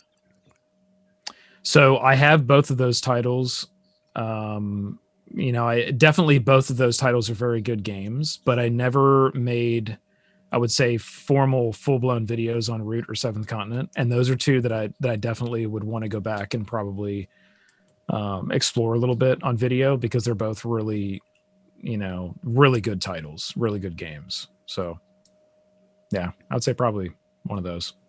Okay. And what have you got coming up next on the? My mouth is full of marbles tonight. MCGUIRE review. MCGUIRE review. Yeah. There's certain things I just can't get out. And yeah. The other one was in the introduction about the Technomancer school. I just can't get it out. I kept calling it earlier when it was going through in my head, the aquarium. Yeah, so it's gonna be a fun year. So, well, I think it's gonna be a fun year. It is going to be a fun year. We have lots planned, Josh. Yeah, man. I don't know that everybody will, but I think it's going to be a fun year. So, I really, let me think about how I want to say this. So, when you think about gaming really is a spectrum, right? Like, it doesn't just because the MCGUIRE review today or historically has been foundationally built on board game reviews. I'm a hardcore board gamer. I love it. The channel is always going to have tons of board game reviews. That's really the basis of what that channel is. However, it's really a spectrum, and I want to start putting more of the different types of games that I play in and on that channel. So I think over the course of this year and go forward, you're going to see a lot more RPG related stuff. You're going to see a lot more miniature related stuff. Mm-hmm. And maybe more than what you would have historically seen, which, some folks that are, don't mind that, or like, yeah, thumbs up. It's awesome. We're getting more of a spread or an array of different types of gaming avenues that we can go down. And others may not like that. Others may say, look, I think I came to you for the board games and that's what I want. And that's okay. Right. But it's just, I just think there's a lot of different gaming avenues out there, and let's explore, right? Like if you're a board gamer and you've never done the RPG thing, or you never purchased the miniatures for RPG games, well, you know what? You can use that stuff in your board games too, right? You can really kind of jazz up your board games with different miniatures and things as well. So that's what I would say kind of go forward is we're going to do a lot of different things, I think, but all within that gaming spectrum. Going to play Monopoly with the Beholder. Yeah. Well, there you go. That would be awesome. That would be cool. A Monopoly with a Beholder. But Mousetrap with a Tarrasque. You can paint them gold. That's it. See? So, one of the things I was going to ask about the Starfinder beginner box, I know in your video you said particularly how impressed you were with it, and that the lead designer on that product had done a really good job. Now, you obviously review a lot of stuff, so you're going to be seeing things from Board Game World, from TTRPG World, and you like you say, you can throw all of that together and use that experience. I'm going to put you on the spot now. If you was lead designer for that Starfinder box, what would you have added that wasn't in there? What would I have added?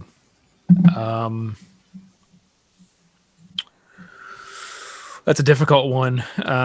From the component perspective, I think it's really, really good. And you got to watch your price point as well. But if price point wasn't, so let's remove price point from the discussion. You could add like an actual miniature, and they do, WizKids actually does, has done, I believe it's done in the past, in the past, some Starfinder stuff. So probably would have had an actual miniature for each one of the 6 main characters, and then stand-ups maybe for everything else. Yeah.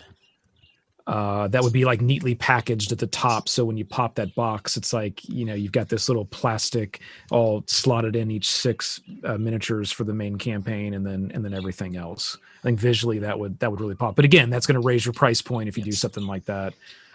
But it's a hard one because it's really the only thing that I can think. Outside of that, it would just be make the actual campaign even longer, right? In the beginner box, but it's already a real well designed campaign. So I don't know that I would mess with that. No, I agree with you that other than putting in the painted icons, figures, there's not a lot I would change it. I mean, even the quality of the cards you get, the hero handout cards that talk about your actions and conditions. So the material they're printed on is really excellent. Really is, and for the price that chips with, it's a good product. Yeah, you really can't say much about the quality of it. It's pretty top notch. So, yep. So got more questions popping up on my phone. So I'm just going to look away from the screen, which I don't like doing. I don't like reading down and not looking at the screen. What's your recommended? There was one about. Game? Sorry, go on. No, you carry on. My mind will slot in right at the end. Yeah, it will. If you could recommend a board game for beginners, what would it be? Board game for beginners. Well, let's see. So okay, yeah. Well, I'm surrounded by them, so I'm kind of looking around because I don't want to just throw something out there because, it depends on what they're really interested in. But one that I have found works really well with groups, regardless of what their style is. You don't always want to just drop somebody into a Euro style game. They may not like them. You have a lot of thinking in a Euro style game, right? Like, where do I put this? And I get this, and I got to add all this stuff up, and then I got to use it to buy this. And a lot of times, cooperative games are really good to kind of start off with for beginners. So I think about a game called Last Bastion. I love it. I've actually got it right here. It's kind of like a tower or an area defense kind of game where you're all working together to sort of hoard off like incoming enemies. Very simple, very fun. There's another game out there. It's called Kingdom Rush. That's similar. So if you if you know Kingdom Rush, it's a newer game. You'll love Last Bastion as well. Those are good ones to kind of start with. I don't know. There's Dungeon Mayhem. Dungeon Mayhem is a card game. Super simple. Yep. That's a really fun one as well. My kids love that. They really do. Yeah. I have a kind of a side step to that question is where we've seen big board game companies, big game manufacturers, and in recent years we now have Kickstarters. Mm-hmm. So anyone who can come up with a good game design, look at Gloomhaven, for example, sure, can now launch technically their own game. Mm-hmm. Over the past few years, since you've been kind of doing board games review, who does the better quality? Is Kickstarters, or have you seen a drop in quality from the bigger companies? People like Hasbro. That's an interesting question. So, my opinion, from what I've seen, right? I haven't seen it all, but from what I've seen, I would say that if the Kickstarter delivers and they actually deliver what they say they're going to deliver, I've seen really high quality come actually from the Kickstarter, specifically from a miniature perspective, as well as the quality of the cardboard. Yeah. I've seen a lot of these, and I think that's just from the concept of how it's getting funded, right? It's a different perspective of trying to meet a certain price point, front loading that money out, right, and then gaining that back through sales in the market. Where from a Kickstarter perspective, you're kind of front loading all of the funds. You can just say, okay, if you want this quality, pay this much.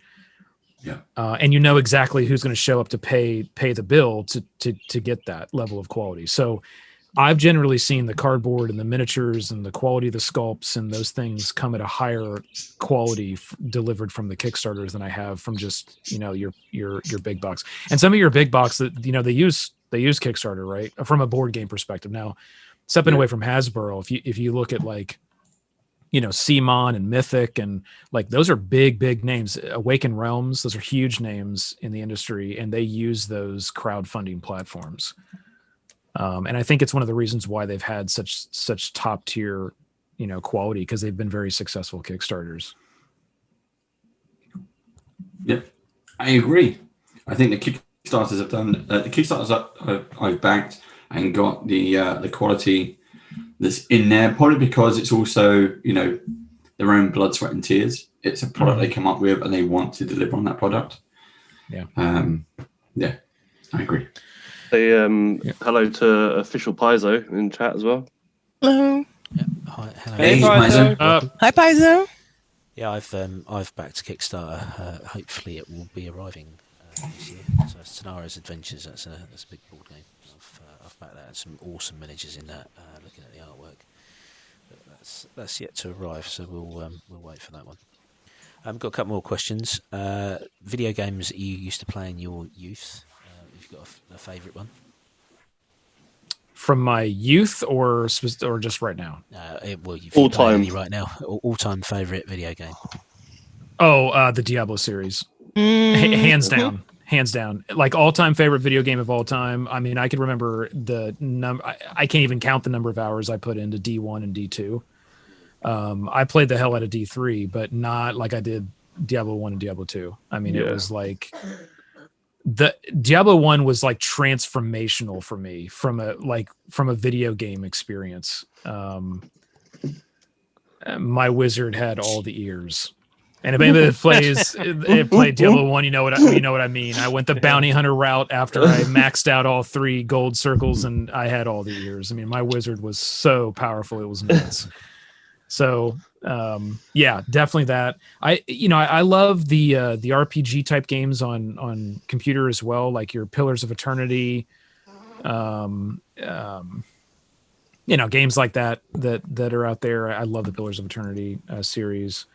I'm doing the Kingmaker right now, so I'm trying to play some of that. I think it's really cool, the Pathfinder RPG that's out there. That's a great one. I do a lot of Overwatch. I like playing Overwatch. Mm-hmm. Doom Eternal. I just got done ripping and tearing through that. Doom's so good. Yeah, that was pretty fun. So, from a video game perspective, I'll do the RPGs. I enjoy those, but I really like good first-person shooters as well. Yeah, I just put in chat, I was like, my favourites would probably either be Quake or Unreal Tournament would be my 2 all-time. Yeah, Originals. definitely would. Yeah, originals definitely would be Quake. That was nuts. Quake 2. Yeah, Quake 2 Arena. Quake 2 was like revolutionary. Mm-hmm. But I remember playing the hell out of Quake 2 on a I don't even know what it was, but it was a low-end PC, like way back in the day, with playing Quake and just loving that. Yeah, Pentium 90 with 4 meg of RAM. Yeah. We'll have to have a conversation afterwards about us playing networked on my laptop. Yeah. You want to talk about PCs? But I'll tell you what started it all gaming wise was Commodore 64, Spy versus Spy. And I had the original Indiana Jones game as well on the Commodore 64, which I also loved. And I can vividly remember thinking, "Oh my God, these graphics are so amazing!" So mine was Elite on the Commodore 64. Oh, nice, yeah. No, that's what got me. Oh my God. Yeah. I thought those it'll never get any better than this. Yeah, those little caverns and the whip and everything and the sound effect the whip made. I thought, oh, this is where it's at. Like, how does it get better than this? This is peak. Yeah, pinnacle. Nuts. Yeah. Oh. So I'm going to ask one last question, and this is hopefully now going to become canon. We'll see. But when Theo was on, he said something that we've got clipped, I believe, and he said that when he's been on, he's seen a badger bump. All right, so I'm going to ask you the same question. You've been on our stream a few times now. Have you also experienced the badger bump? Yeah, I would say so. Definitely. I would definitely say that the badger bump has been there. Yeah. Yeah. See, that's what we need. That's right. Well, you know what? I mean, hashtag badger bump. And what we're going to do, we're going to we get Sean to do some bits where we will have the cartoon badger, and maybe we'll do the cartoon bear because that's your logo, and just do a little hip bump. And that's what we're going to do. That'd be great. Badger bump. That'd be great. That'd be great if we can get that. Yeah, I mean, at the end of the day, and we talked a little bit about this on the Christmas stream, or it might have been the after hours Christmas stream. I think we said on the last, you guys were talking about the last stream. We probably went for another 2 hours after that thing. It was 3. We did 3 hours. Okay, yeah. Once the 3 hour stream had finished, it was another 3 hours on top. Yeah, 3 hours behind the scenes, the after party, and most of us were still on, so that was a great time. But what I'll draw out of that and let everybody know is like with the Badger Bump, right? It's more about this gaming community that we're kind of building, right? Like we do different things, right? I've got like a review channel. We've got the streaming here with the Badgers. You know, some of our sponsors, right, do different things, whether it's box set experiences or a monthly crate or little miniatures or, you know, various different things or gaming accessories. It's really building kind of that gaming community where, you know, once you get in, we're sort of all helping one another, right? And we're all producing cool stuff that really all fits together. And that just kind of goes back to my comments around the gaming just being more of a spectrum, right? So that's the way I see it. Dragging each other up together. Yeah. So if what we need though from official Peso, if you're still there, is t-shirts. Josh has got one. It says Starfinder. Where's ours? Where's ours? So yeah, there you go. Official Peso, get some t-shirts. Please. Okay, well, thank you once again, Josh, for joining us. You'll be back Josh. on Monday. Yep. Yay. So we'll get the chance to chat again. I'm pretty sure Monday will be we'll do some painting. A little bit more banter and a little less painting, I would guess. Yeah. Well, I'm looking forward to assigning the silver level medal. That'd be fine. To me. Yeah, I don't know. Joe's going to take it as bants, Steve. I think Joe's taking it very seriously. Yeah. What's this? What, the painting? Painting on Monday, yeah. Joe's taking it. He's like, this is a challenge. Yeah. I will crush you. I will beat Dave. See, we're not allowed to open the minis right before we paint, so we open the minis. Dave's already opened his. He's got a head start. No, look. Oh, you resealed it, have you? Yeah. I bought my own because I bought one pack on eBay for 20 quid because they're really difficult to find in the UK. Not WizKids minis, just Pathfinder. They're really, really difficult to find. So I paid 20 quid to get the pack on eBay. But we will crack it open live, and then we have 2 hours to learn whatever V Muse is joining us on Monday. Whatever she tells us to do, we got to do. I'm getting my new paintbrushes. My new paintbrushes and my wet palette arriving tomorrow. So. Oh, he's just going all pro. Do you know what my wet palette is? It's a little ice cream tub and some tissue from the kitchen. Yeah. Just going for it. Reuse and recycle. We're going out and buying this new stuff just for a stream. Okay. Yeah, good on you, Steve. Yeah, why you got Joe over here like Bob Ross, like busting out like wet pallets, and he's got like all this stuff in the background. All right, let's get. Are you guys ready? Wet pallet. All right, it's gonna be a good time. Anyway, for more continued abuse on the subjects of painting, please join us on Monday at 9 PM UK. And we will see who comes out. Flash Larry with his new kit, or either me or Dave, the amateurs. Looking forward to that. Yes, I'm really looking forward to it. I'm really looking forward to it. But we've been given a colour palette now, so I can't go with the original plan, which was to do angry-looking Smurfs. But I genuinely really looking forward to it, and big thank you to WizKids for giving us the minis and allow us to do this and supporting us for doing this as well. It's much appreciated. Okay, we've chatted long enough. I think we need to get back into it. Yeah. Okay, so where we left it, Obadiah, you were tentatively opening the door, if I remember correctly, whilst taking a few lungfuls of the air and seeing what you could detect. So you do tentatively open the door, and you can see that it looks like a somewhat cramped chamber behind. As soon as you crack that door open, though, your senses, particularly because you've breathed in deeply, are overwhelmed by the stench of what smells like charred flesh, infection, and decay.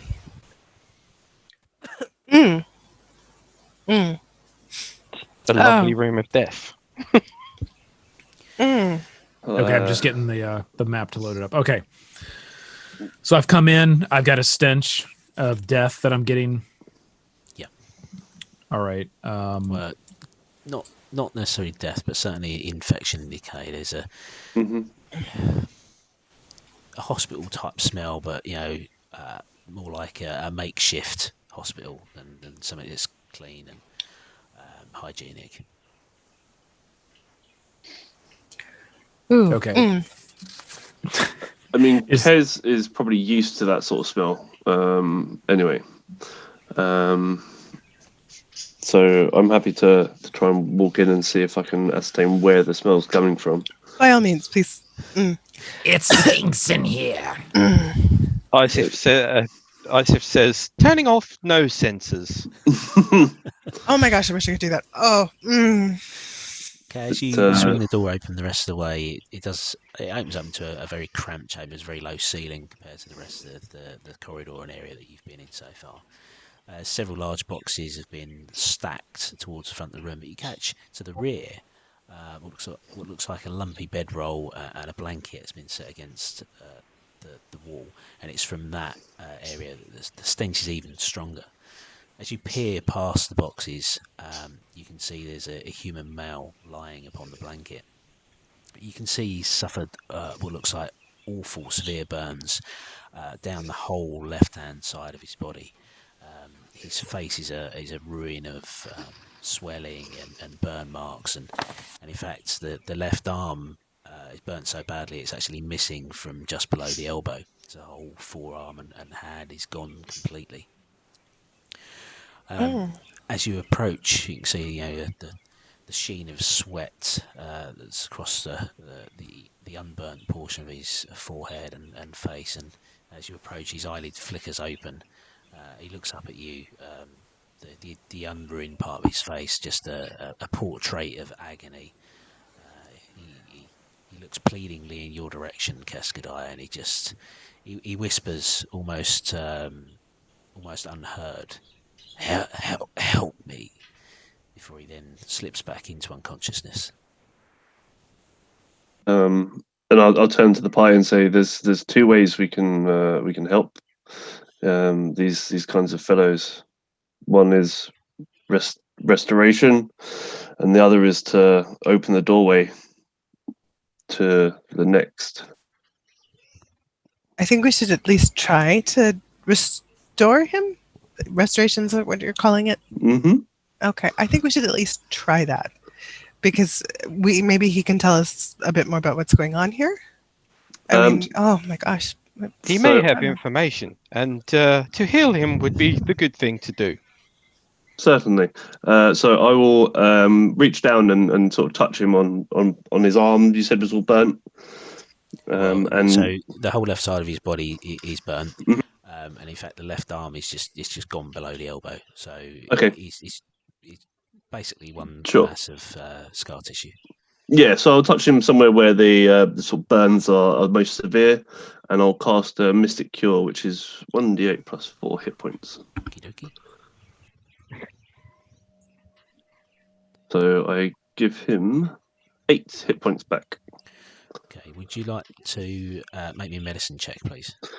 Yeah, certainly. And I get a 19.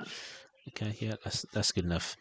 The healing that you're doing, the magical healing that you're doing, it has improved the wounds somewhat. It will close up any open sores, it will remove any infection and stuff like that. But ultimately, the burns need some form of regeneration, which your level of magic at the moment is unable to do. So you have healed him. You think you have helped him. You've certainly reduce the amount of pain that he's in. You can see Sure. the sweat on his forehead clears up a little bit, and the fever that was running through him has lessened. So you have helped, but you're not going to cure him completely, no matter how many of Sure. these you pump into him. So I'll turn around to the party and say, I think I've stabilized him, but his wounds are beyond that which I am able to help with. It's a human guy, right? Yes. Yeah. All right. All right. Do you mind if I try? Is he still unconscious? He's still unconscious, so you think he may have. Maybe he's more asleep than unconscious now. You do also notice there's a jury-rigged drip up against the wall. It looks like an old bottle of water that somebody's stuck a tube into, and then that goes down to a needle in his arm. It's currently empty. There's no water in there. I don't know if you want to do anything about that, or you want to try and rouse him. You do think you have moved him from unconsciousness just into exhaustion now. Yes, is he sleeping? Well, let's see if there's anything else in the room first, and give him just a chance to sort of rest for a minute, and then we'll try and wake him up after we've checked everything. Maybe there is more liquid we could put in the bottle. I have my med kit. Let's see what I've got in there. So Obadiah is a little bit more rushed to the point, and she takes her dosco and slams it down on the ground just to get it to echo and ring through that chamber. It does. In such a cramped chamber, it makes an almost bell-like sound. You have everyone's attention. Has that awoken the? Did that wake up the? After about a minute or so, you see the human male form on the blanket begin to rouse. You get the impression that he's at the far end of exhaustion, even though he's been healed by Keskadai. It's had an effect and certainly improved the infection that was running through him, but he's still just massively exhausted. He does rouse somewhat. He looks up at Navasi and grins a little, and he says, "Oh, it's good to see a human face. My name's Ruxo Tibbs. Who are you, and who are your friends?" I'm Navasi, and my friends are Quig and Kess and Isif and Obadiah. She's the really big one. Are you okay? Do you need something? I mean, obviously you're not okay, but is there something that we can do for you right now? I think you've done you've done me a service. I feel more comfortable than I have in days, well, weeks even. I thank you for what you've done. Maybe I can ask more. The room down the hallway. There's a reactor there. Okay. I was stupid enough to fall into some gambling debts, and well, like I say, stupid enough to fall into gambling debts leads to more stupidity. Yeah. I hatched a plan. 2 colleagues of mine. We decided we'll come down to this level and find this reactor. I work for the Pact Council. I'm a technician, a power technician, and we knew that there was a reactor on this level. We thought it was decommissioned, and we intended to steal the control rods and sell them to one of the Starship crew. It was an easy score, so I'd been told. It would clear my gambling debts, but when we got here and we started to work on the reactor, we was attacked by some monstrous creature. It seemed formed from the energy. It seemed to coalesce out of the mist. Well, my 2 colleagues, Roger and Denia, they were armed. I had nothing. I just ran for the door as quickly as I could, but they took a couple of pot shots at this creature. Not that it seemed to affect it, but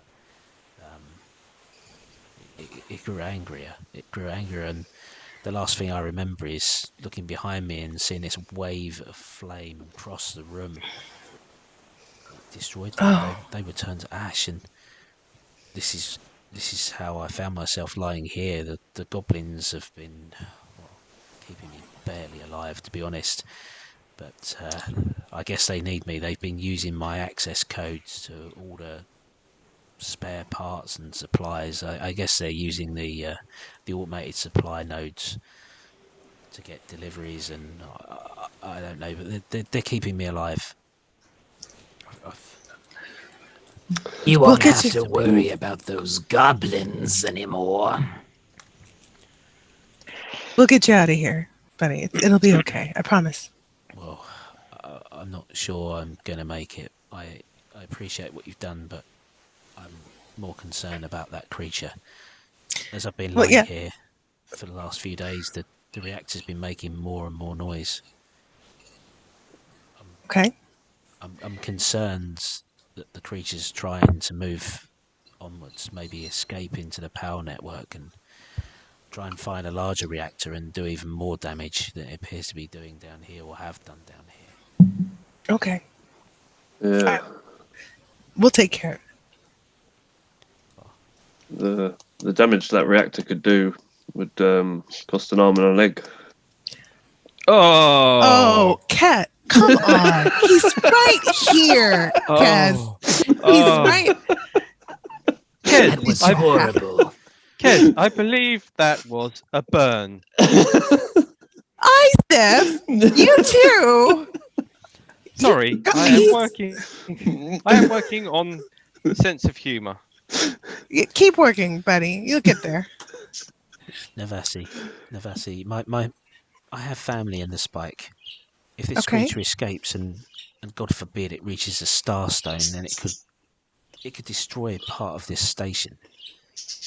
Well, even if you can't get me out of here, do me a favour and take the creature down. That's all I want. That's all I ask. We'll do our best. And we're a pretty good team, so I'm pretty sure we can do this. There is a few supplies in this room. I think the goblins hide some of their more powerful weapons here. I'm not sure, but this creature, you will have to take it down in a certain way. If it inhabits the reactor, then you will have to make sure it's in the reactor when you shut it down. Otherwise, it could escape into one of the power conduits in the room. You'll need to shut down the reactor and pull the relays to trap it. If you do that, then I'm pretty sure that it will be starved of energy, and if my guess is correct as to what this creature is, it will, wither away over time, but certainly not get anywhere else on this station. What do you think it is? Something that the technicians in the station refer to as reactor sprite. I believe they're also referred to as Hespers. Okay. Do you guys know anything?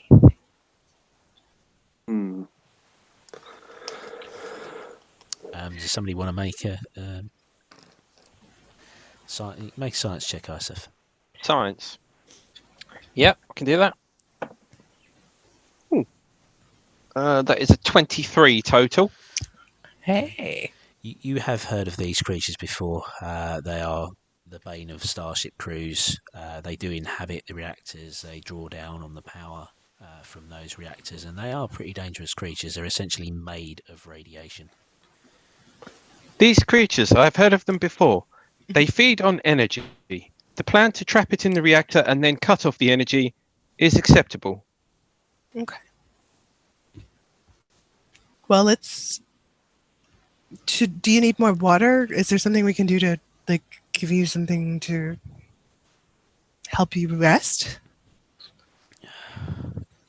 Some more water would be good, Jess, and whatever you did for me before seems to take away a lot of the pain.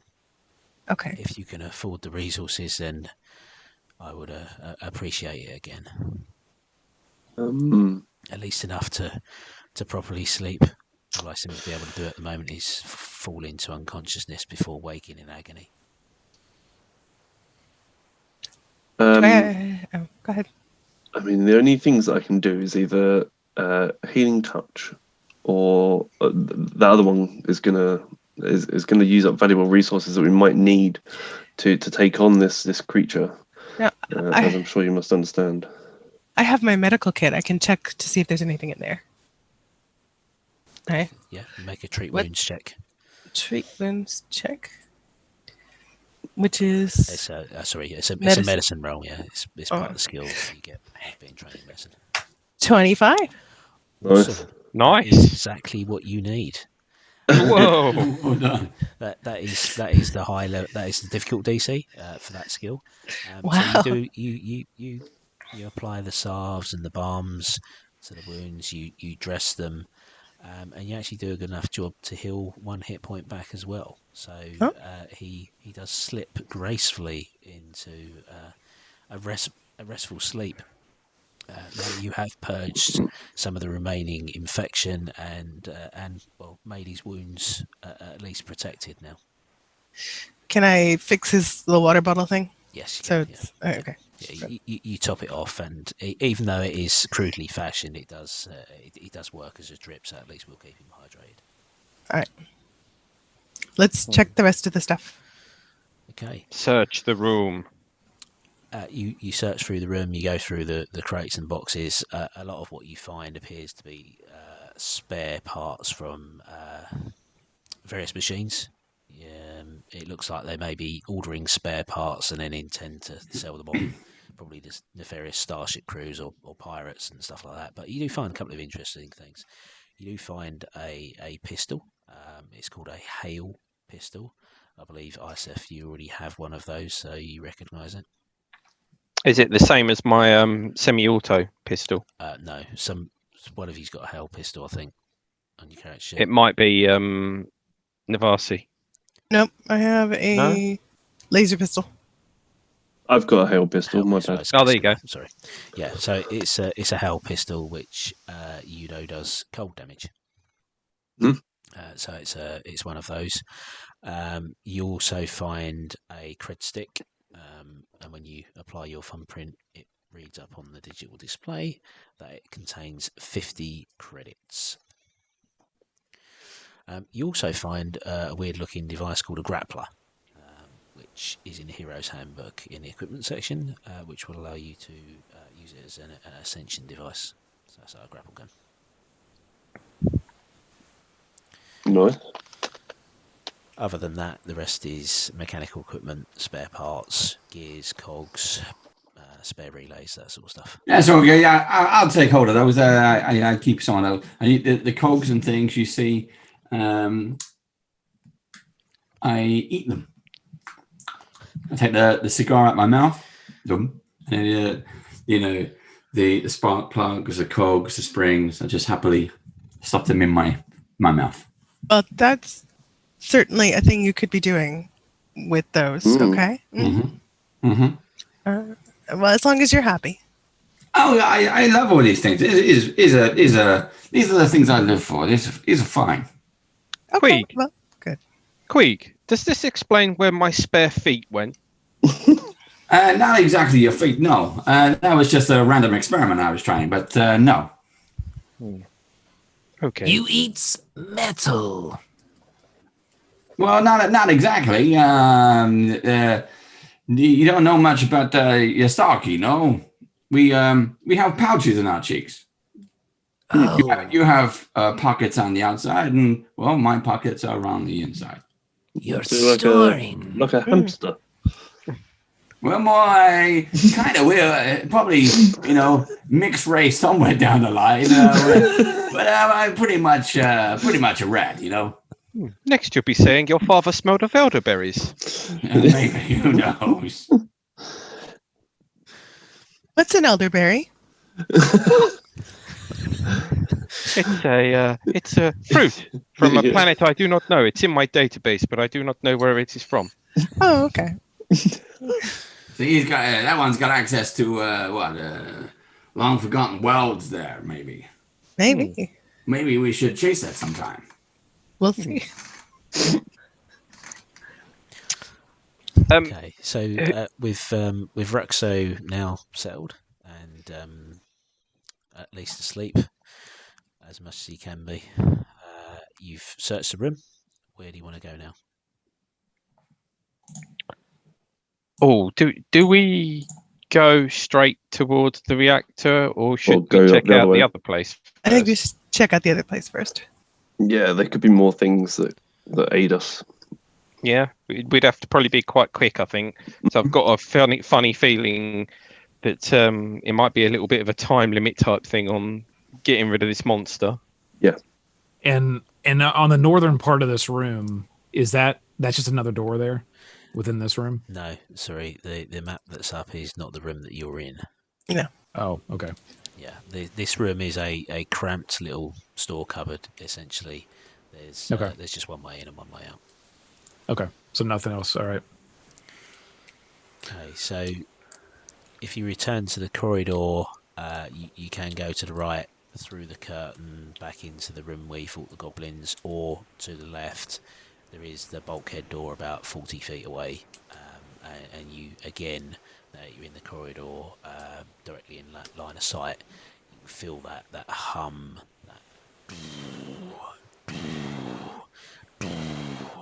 And that's coming from the door, right? That's coming from the door at the end of the corridor. Correct. Okay. All right. Opazai is going to start walking towards that direction. Okay. I feel an urgency with us dealing with this matter first. Okay. So Isif will follow. Okay, you'll, I guess, take off in that direction. So the door at the end of the corridor is, like I say, is a full bulkhead door. It has old ship-style handle you need to turn, disengage the locks. It is sealed, and that's what's even more worrying is that even through this thick, heavy door that you would assume would stand up to the vacuum of space, you're getting this green glow seep around the edges. There's something bad going on behind. Steve, I'm gonna take a leap of not faith here. I don't know what you'd call it, but could I use my data pad to check for radiation? You can. So I'll do a Nice. science, I'm assuming. Yep. Yeah. 24. Okay, Rolling bloody high today. You apply your data pad to the door, and you do get a higher ping than normal background radiation. Now, bearing in mind you're on a space station, that there are a lot of radioactive sources. Background radiation, yeah, but it's spiking more than just background radiation. Correct. I'll take and it. when you get that, then that's when it spikes. It does drop back down slightly above background, but it spikes. Do I How think? often is that? It's about once every 10 seconds. Thanks, Simple DM, for the follow. Do I believe that it is safe for the humanoids to carry on without being sort of like any permanent damage over a short period? Or is it like permanent damage over a long exposure period?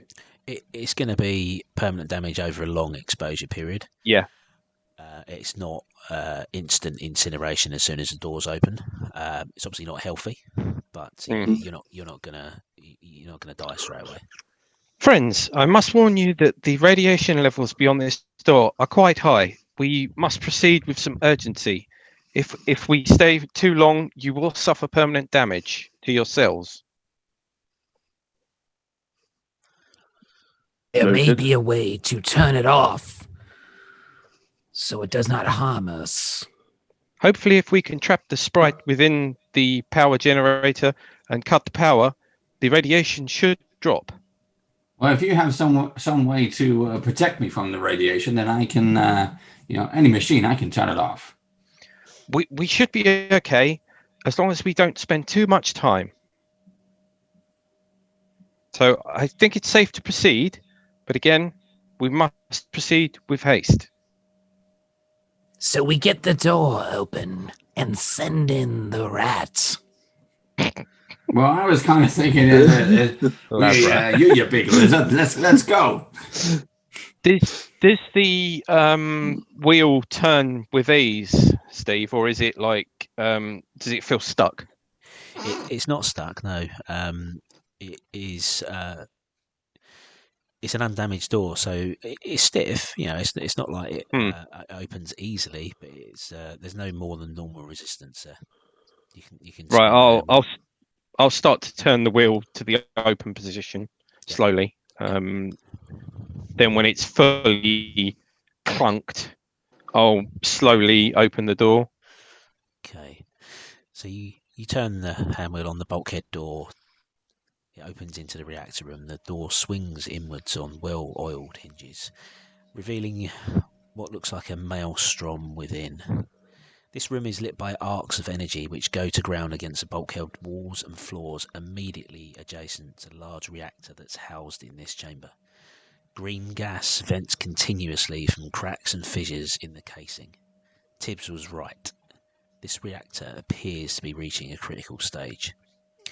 The reactor is separated from the rest of the room by yellow safety railings which indicate some sort of safe operating distance from the machine. This was obviously not far enough for Tibbs' unfortunate companions, whose only remaining evidence that they existed at all are two shadowy burn marks on the wall to the north. Lovely. A dead and lifeless control station sits against the east wall. Its blackened monitor and burnt-out computer interface provides more evidence of the power of this radioactive creature. However, the room in front of you appears empty, and certainly no fearsome creature greets your entrance. There appears to be what looks like a reactor control pillar a few feet inside the room, and in the north wall, another bulkhead door, similar to one you've gone through now, provides a second means of egress from this location. So I'm going to throw up the battle map. I was going to say that is the map we can see, is it? It will be in a second when I refresh Chrome.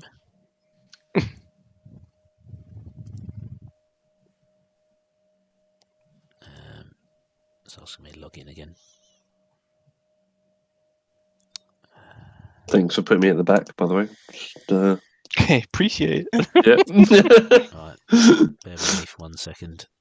You can always switch back to the main the main camera, Steve, and then go back to your other browser. Yeah, sorry. Okay, if you'd like to let me in.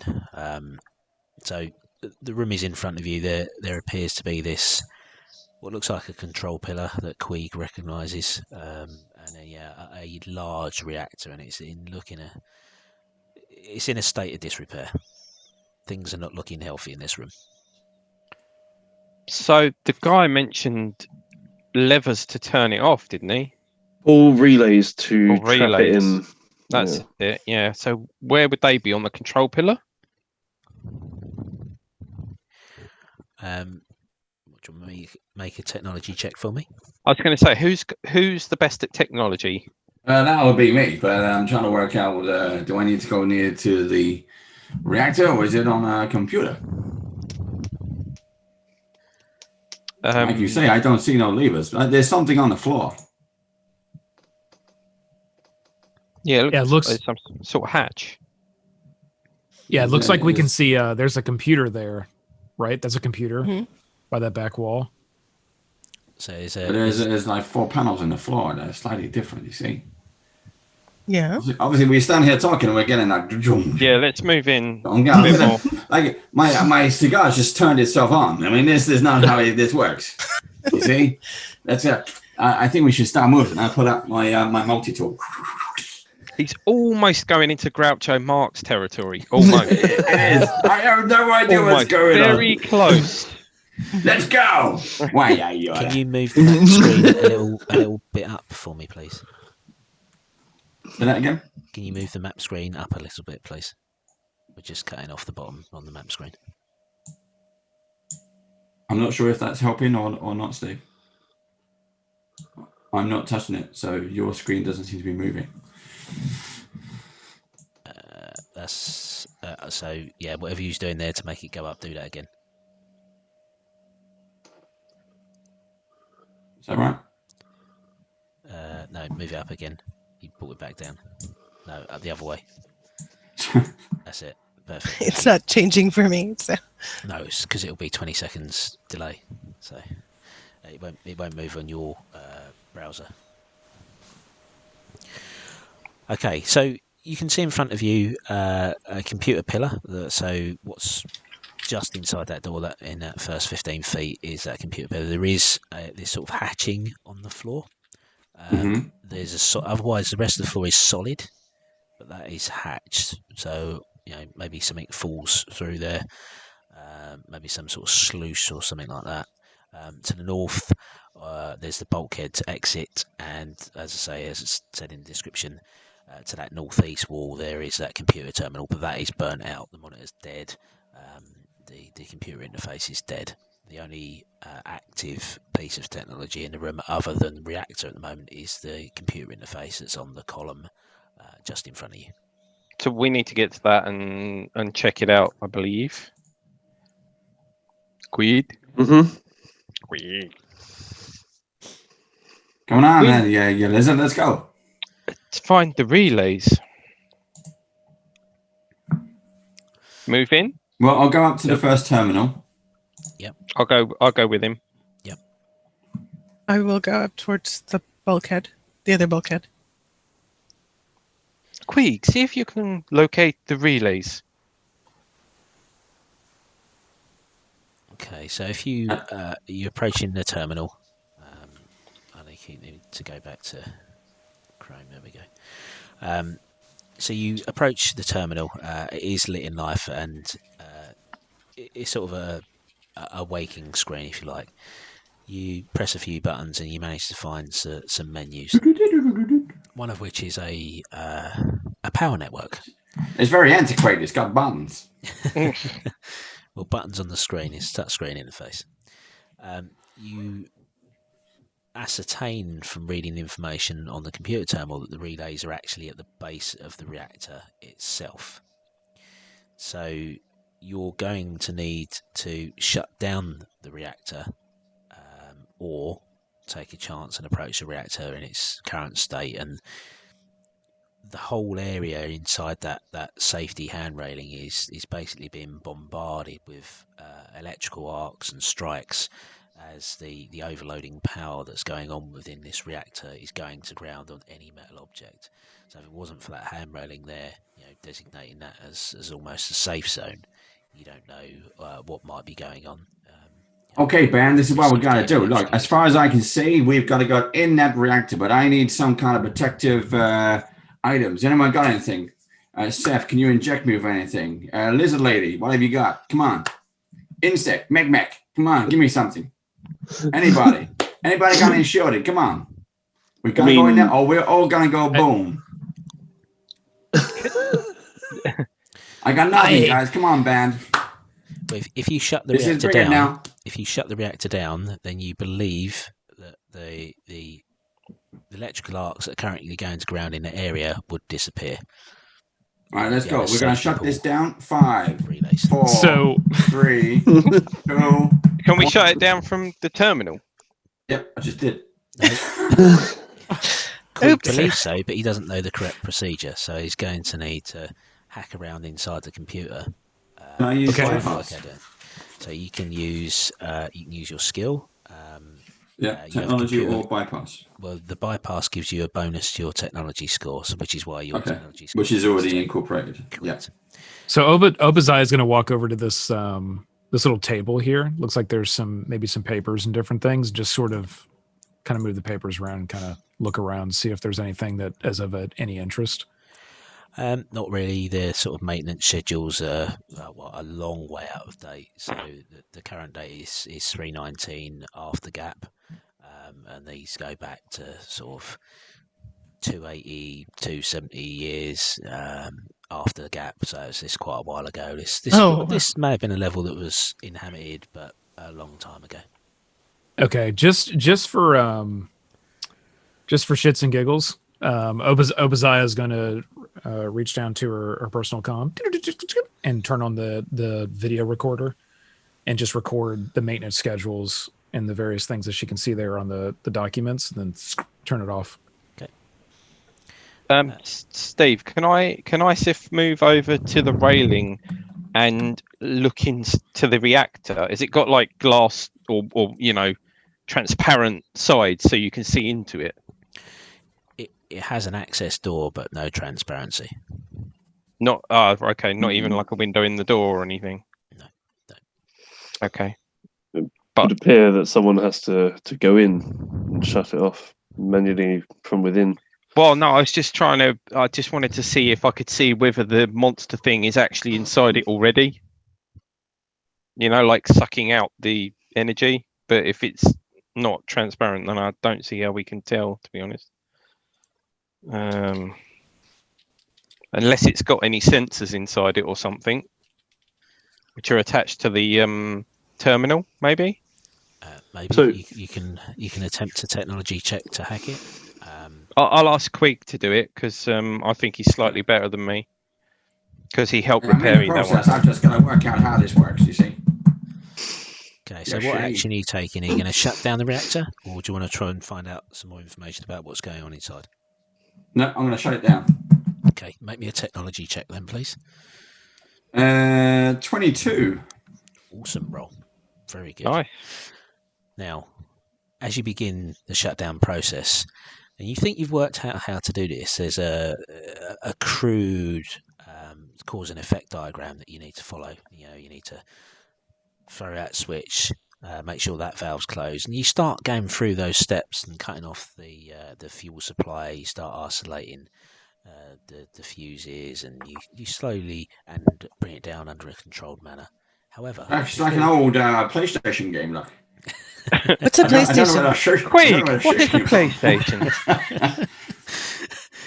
Unfortunately, We as do you're not going play through with those steps, stations. Isef, because you're looking in that direction, you see this this ghostly figure start to coalesce out of the green mists and the arcs of electricity, and it's like the ghost in Razor Lost Ark, where they burst out of the arc at the end. Sort of this shadowy, wraith-like creature rushes towards. Does Quig. anybody else see that? I think you should stop it. If it kills me, we're all gonna die. And reaches out to touch you, hitting armor class 16. Oh, that's just one. Yeah, go on then. So it's not you. This is an attack at Quig because he's the one performing the hack. I got Oh, right, 15. okay. Right. So you do not take any damage, but I would like you to roll a 1d20 for me, please. 1d20. Yeah. 8. An 8. As you get touched on the shoulder by this creature, and it's taken a more solid form now, a more humanoid form, but still, you know, it's got this arcing glow of energy within it, formed out of this coalesced radioactive cloud. A pulse of green radiation comes out of its outstretched palm and burns into the left part of your body and into the shoulder. Immediately, you're suddenly sprout these glowing tumours. Well, that's not good, guys. Your armour starts to mutate and meld into your flesh. And That's you really not start good, guys. To shed light, almost as in a lantern. You actually make the room brighter. As Hey, these well, that's not tumours, so bad. erupt all over your shoulder. So you don't take any damage. You now have a -5 penalty to stealth checks. You are basically a walking torch. You're evolving. Does anybody have a Pokeball? Yeah. Okay, I suggest you kill it. 'Cause So- it's Could you put the Hesper token on the map for me, please, if you haven't done already? And it's going to be just the other side of the handrail from Isif. I see it, yeah. You want Okay, it so- in next to me, sort of south of me. No. So where Isif is, just to the right of Isif. Okay, behind the green. Okay. Yeah. So is it Steve? Is it technically positioned in the reactor area? Yes, it is. Okay. That's Wow, he's really buff. Yeah. Unless Small I'm boy. mistaken, isn't that where we want it to be? Wasn't it? Yes. We were supposed Yeah. to trap Yes. it in there and then kill the Yeah. relays. Yeah. Yeah, and then we're saying the relays are in there under this thing, right? It's at the bottom. Do we think possibly the thing at the side of the console, it might lead to underneath the reactor? The bit of floor that looks different. The hatches. It's a hatched floor, not hatches. Sorry, hatched floor. Yeah. It might be that opens and then you can get in a crawl space to where the levers are, the relays. Sorry, I've just had to walk downstairs from upstairs and my brain's just gone. Well, for the moment, relays are at the rear of your mind. We are now going to roll initiative. I just did throw up the Hesper image on Twitch as well. I don't want to look at it. It's scary, I bet. So no, it's buff. It's buff. It's buff. It's big. It's like, dude, 18. Nice roll. Thank you. 16. 17. Aeon, governor. 16, you said, Joe, yeah? Yes. Oh, now I've forgotten what I said. Oh, 70. 17. Okay, Josh? Dirty 20. Dirty 20. And Quee. Yeah, that's the first time I've heard Josh say it. Yeah. 5. Oh dear. What? 5. Well, surprisingly, Josh, you're first. Okay, so again, these relays, are they within? Well, do we know this? Are they within sight? Like when I'm looking at this reactor, are they like under the reactor in sight on the other side of this banister or the area that's kind of like marked off, or is this something that we can't see at this point? It's something you can't see at this point. I mean, this is like the end of Iron Man, where Obadiah falls into the arc reactor and the whole place is just going mad. You know, it's okay. Okay. All right. Since I'm first, I am going to. I am actually going to pull out my pulse rifle. It's magnetized from the back, and I'm going to drop to one knee and come down, and I'm going to use support fire action, which means I just need to do a ranged attack, and it's got to be a 15 or greater. So,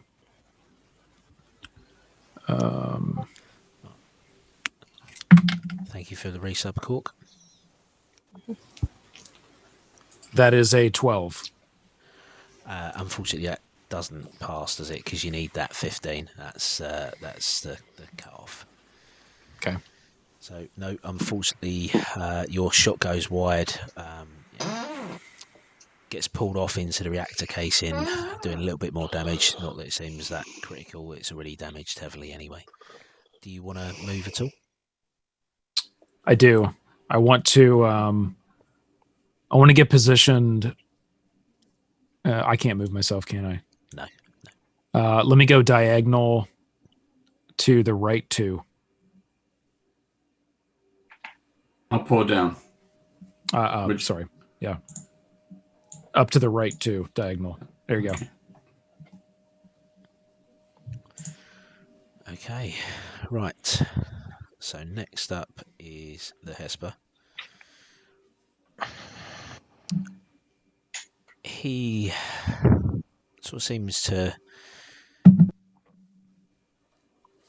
He's going to take a 5-foot step back, closer to the reactor. So just diagonally south and to the right, please, Dave. And then seems to draw down, touching the casing of the reactor itself, to draw down on that energy. And it seems to be sucking so much energy that actually the arcs are grounding off to the bulkheads, and the floors actually cease and stop for a while. And all that energy is pulled into his body, and he balls it up into this intense white light that he then unleashes out in front of him in this torrent of flame. And it's a spell called Overheat, and it's a 15-foot cone of intense heat washes over Isef and Quick. So can you make me a reflex saving throw, please?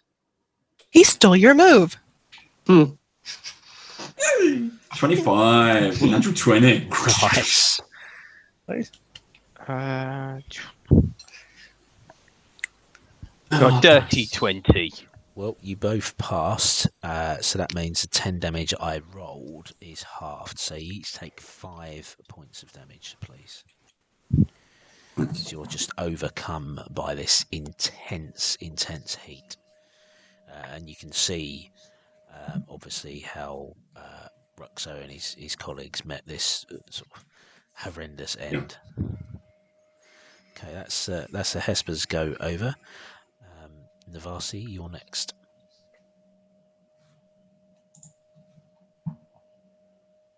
Oh, yes, that is me. Hi, sorry. I'm thinking about the railing. Is it big enough for me to slide under? Yeah, it is, yes, yeah. Is it dangerous for me to get that close to the radiation? It's dangerous in not so much the radiation, because that builds up over time, but certainly the electrical arcs are going off in there. You wouldn't want to be hit by one of those. Mm-hmm. And the relay switches are there? You don't know. You don't know? No. Mm-hmm. I am going to take out my baton and I'm going to clang it on the railing to get the Hesper's attention. And if I can do that and shoot at the same time, because I'm just like bang, bang, bang, bang, bang, you know, like that. I'll allow it. Yeah. Okay. So you walk over and you rattle it between the mid rail and the top rail. Yeah. Making this almighty clanging noise. It isn't too loud considering what else is going on in the room. Yeah. Yeah. Take your shot. So if you roll a hit for me, please. Okay, and that is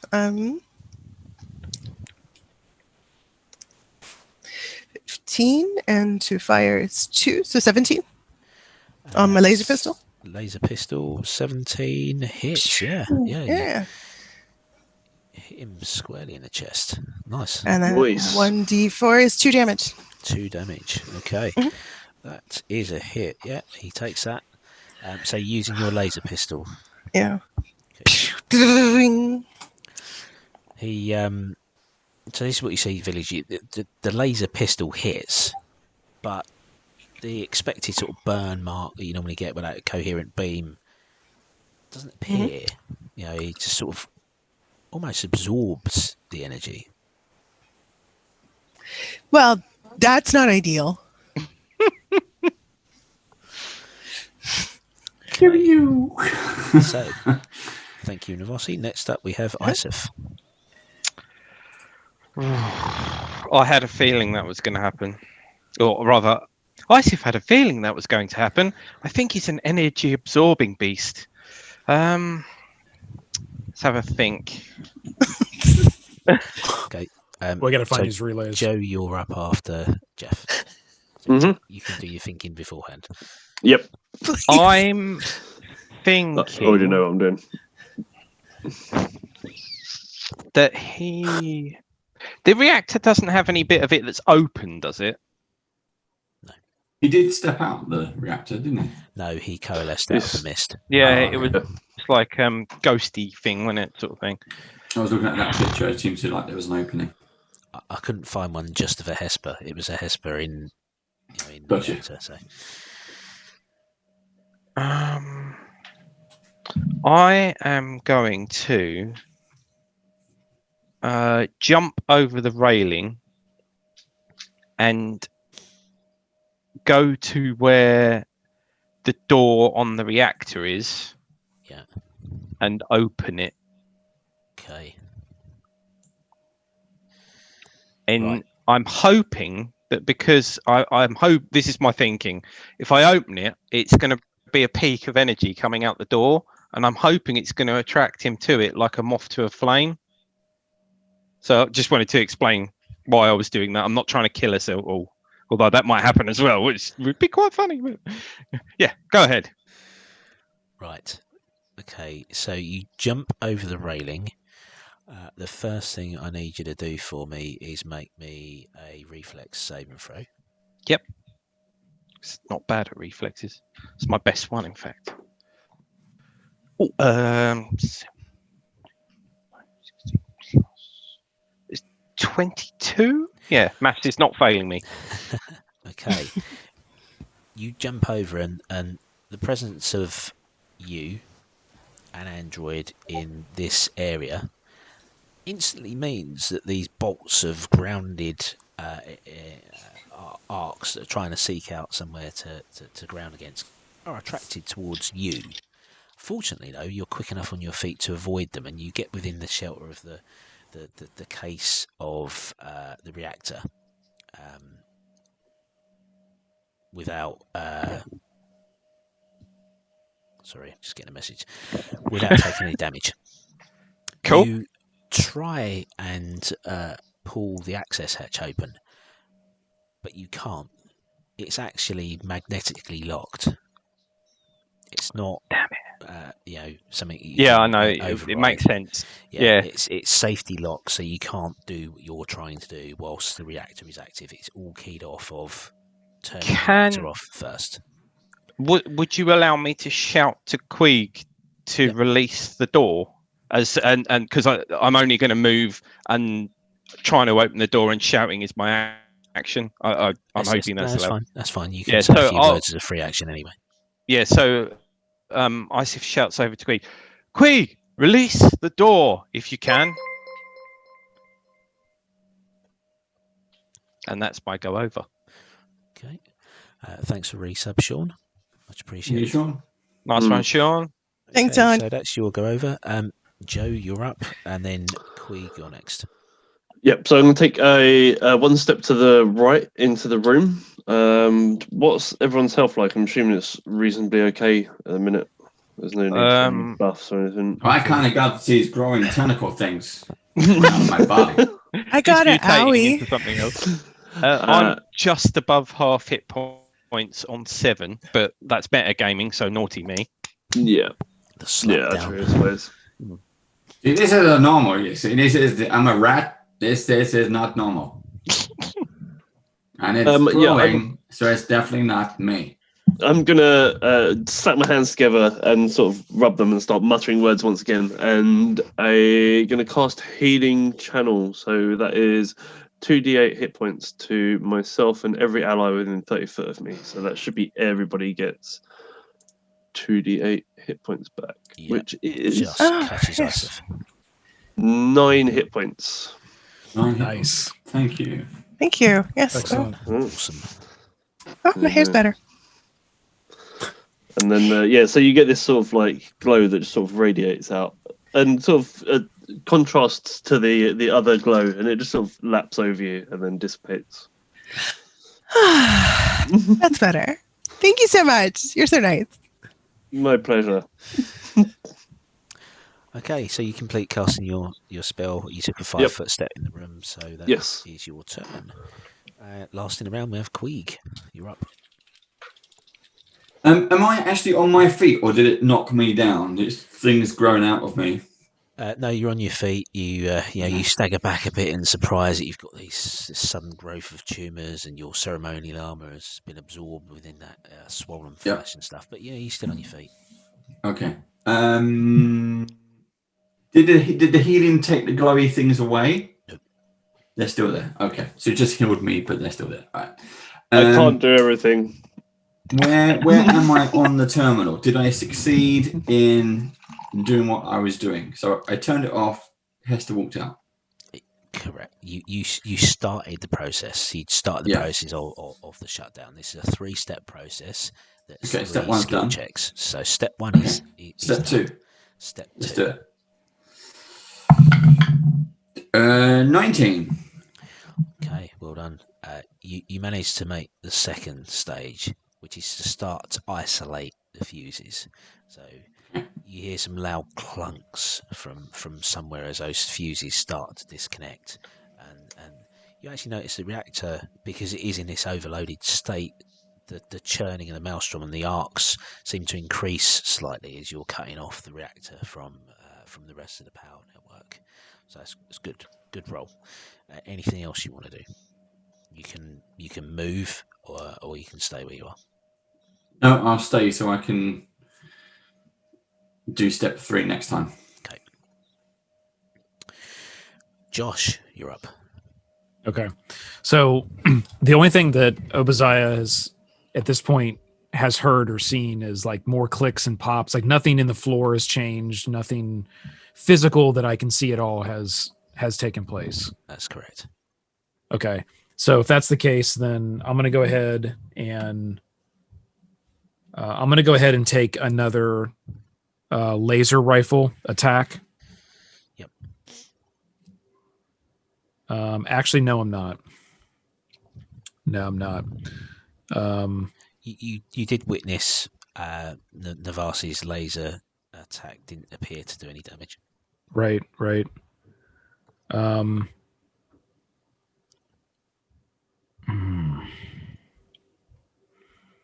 Okay, I'm gonna try out. I'm gonna move around and get positioned diagonally, one square down to the left from the Hesper. So I'm gonna run over there. Yep.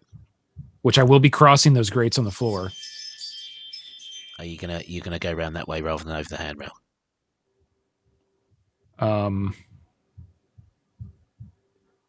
Yes, I will. Yes, yeah. I will go that way. That's fine. Yep. Nothing happens. Nothing happens. Okay. I will go that way. So, as I'm positioned there, then I'm going to take a hit with the Doshko. Yep. Right. See if we can do some melee physical damage. That is a 24 to hit. That hits. Okay, and then nice hit. Where are we going? Just next to Isif. It's diagonally down from the Hesper to the left. Yeah, right there. There we go. Okay, and we are. Come on. Oh, nice. That's a crit on the hit. Nice. So 13 damage. That's awesome damage. What damage type does your Doshko do? That's kinetic. That works. So you bring your annoyingly you bring your power axe down. Yeah, I was hoping. First game, first level, Steve. Yeah. You bring your power axe down, and the image of the axe sort of fools the creature into thinking that it's going to ignore this helpful torrent of energy that's going to touch its form and build it up again, but it doesn't. It ripples across as this force field damage hits across its body, doing an almighty 13 points of damage. It did not like that at all. Nice. Whereas its focus was on Queeg previously, you now have its entire attention. Oh, I'm sure I do.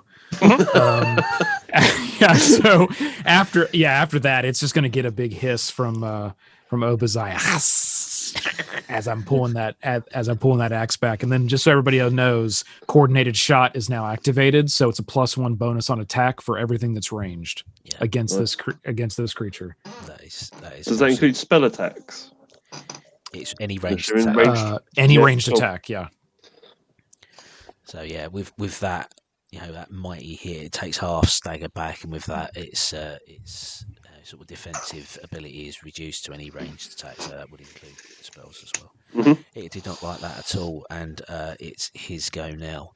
So again, he sort of reaches out and touches the casing of the reactor, and now that Queeg has isolated the fuses and all this pent-up energy is stuck in that reactor, he draws down on everything, and you see that its fist, like with the gross that he managed to build on Queeg's shoulder, his fist becomes this huge electrical ball of energy that he swings in your direction, hitting an armor class, unfortunately, of 8 and missing. Now that energy stays there, but you were lucky. It didn't connect. He swung wildly. Again, put off balance by this massive hit that you took with your Doshko. Navasi, you're up next, followed by Jeff.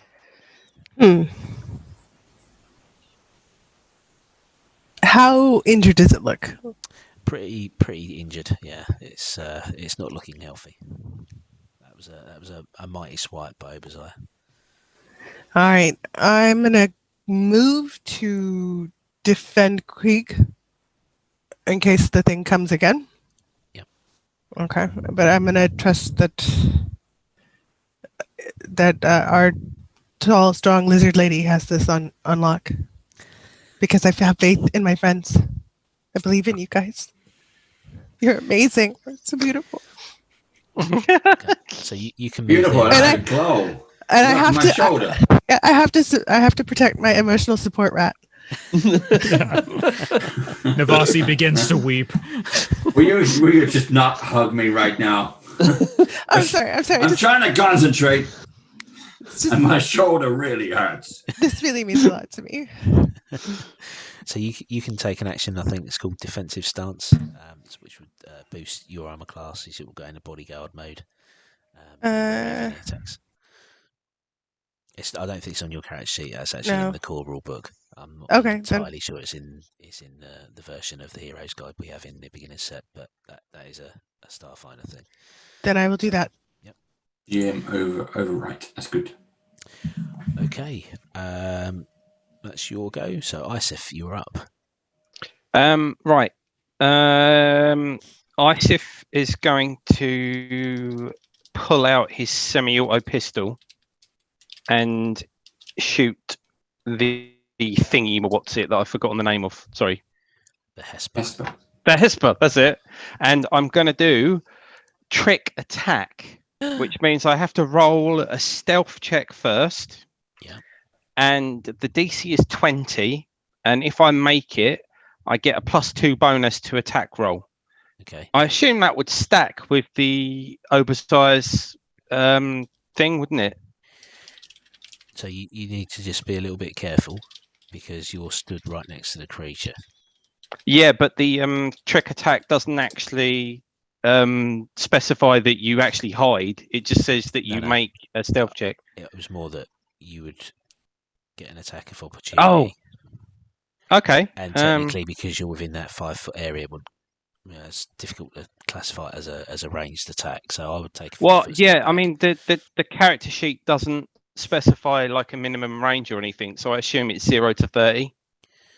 Yeah, that's fine. But you are stood next to the creature and you're doing a ranged attack, which would. Well, could I do a 5-foot step back and then shoot or something? You can do a 5-foot step back. Yeah. But Dave, just put me on the other side of where I am, one square north, if that makes sense. So I'll take a step back and then pull my pistol out really fast and shoot him. I've got to make a stealth check first, though. Yep. Right, so it's 11 on the dice plus 11 stealth, which is 22. Okay. Yep. That's so I passed that. So I get +2 +1 to hit, and that is I thought it was a 17, but that's an 11. So that is 15, 16, 17, 18 to hit. 18 is a hit. Yeah. Right. And this is kinetic damage, isn't it? It is kinetic damage. Yeah, because I don't think my pistol is actually a laser pistol. I believe it's a old-fashioned. If it's an automatic pistol, it's slug. It's slug. Semi-automatic pistol. So I get to roll an extra D4 for damage as well now. So it's 1d4 plus 1. So it's 3 plus 2 damage. 5. And I don't think there's any special. No, there's no special side effects for that one or anything like that. Nothing happens to him. He just takes damage. So you unleash 3 or 4 slugs from this semi-automatic pistol, and they hit him in the shoulder blade, they hit him in the back, and you see these slugs being absorbed. They almost sort of slow down as they strike him, but they definitely did damage. And he looks over his shoulder, and you can see pain written across his face. And this is a creature that is now on his last legs. That was a good bit of damage. He got legs. I thought he was floating. He's got legs, but he's sort of floating off the floor. Nice. All right, cool. So I'm going to take another step towards the right, towards a creature, so that I'm within 10 foot of an ally. And then I'm going to use. I was reading this earlier, and I'm doing this communalism. When I first read it, I thought it was communism. And I thought that's why you need. I thought that's why you needed to be near an ally. Yes. Come on, comrades. Yeah. So that basically gives me the ability to roll with advantage. And Nice. I am going to reach out my mind and try and attack him with it. So I'm going to use mind thrust. I still it says you deal 2d10 damage. The target attempts a will save of a DC 15 to take half the damage rounded down. So do I still need to roll to hit for that, No, or is there's it no roll to hit. It's just a Cool. save, which I failed.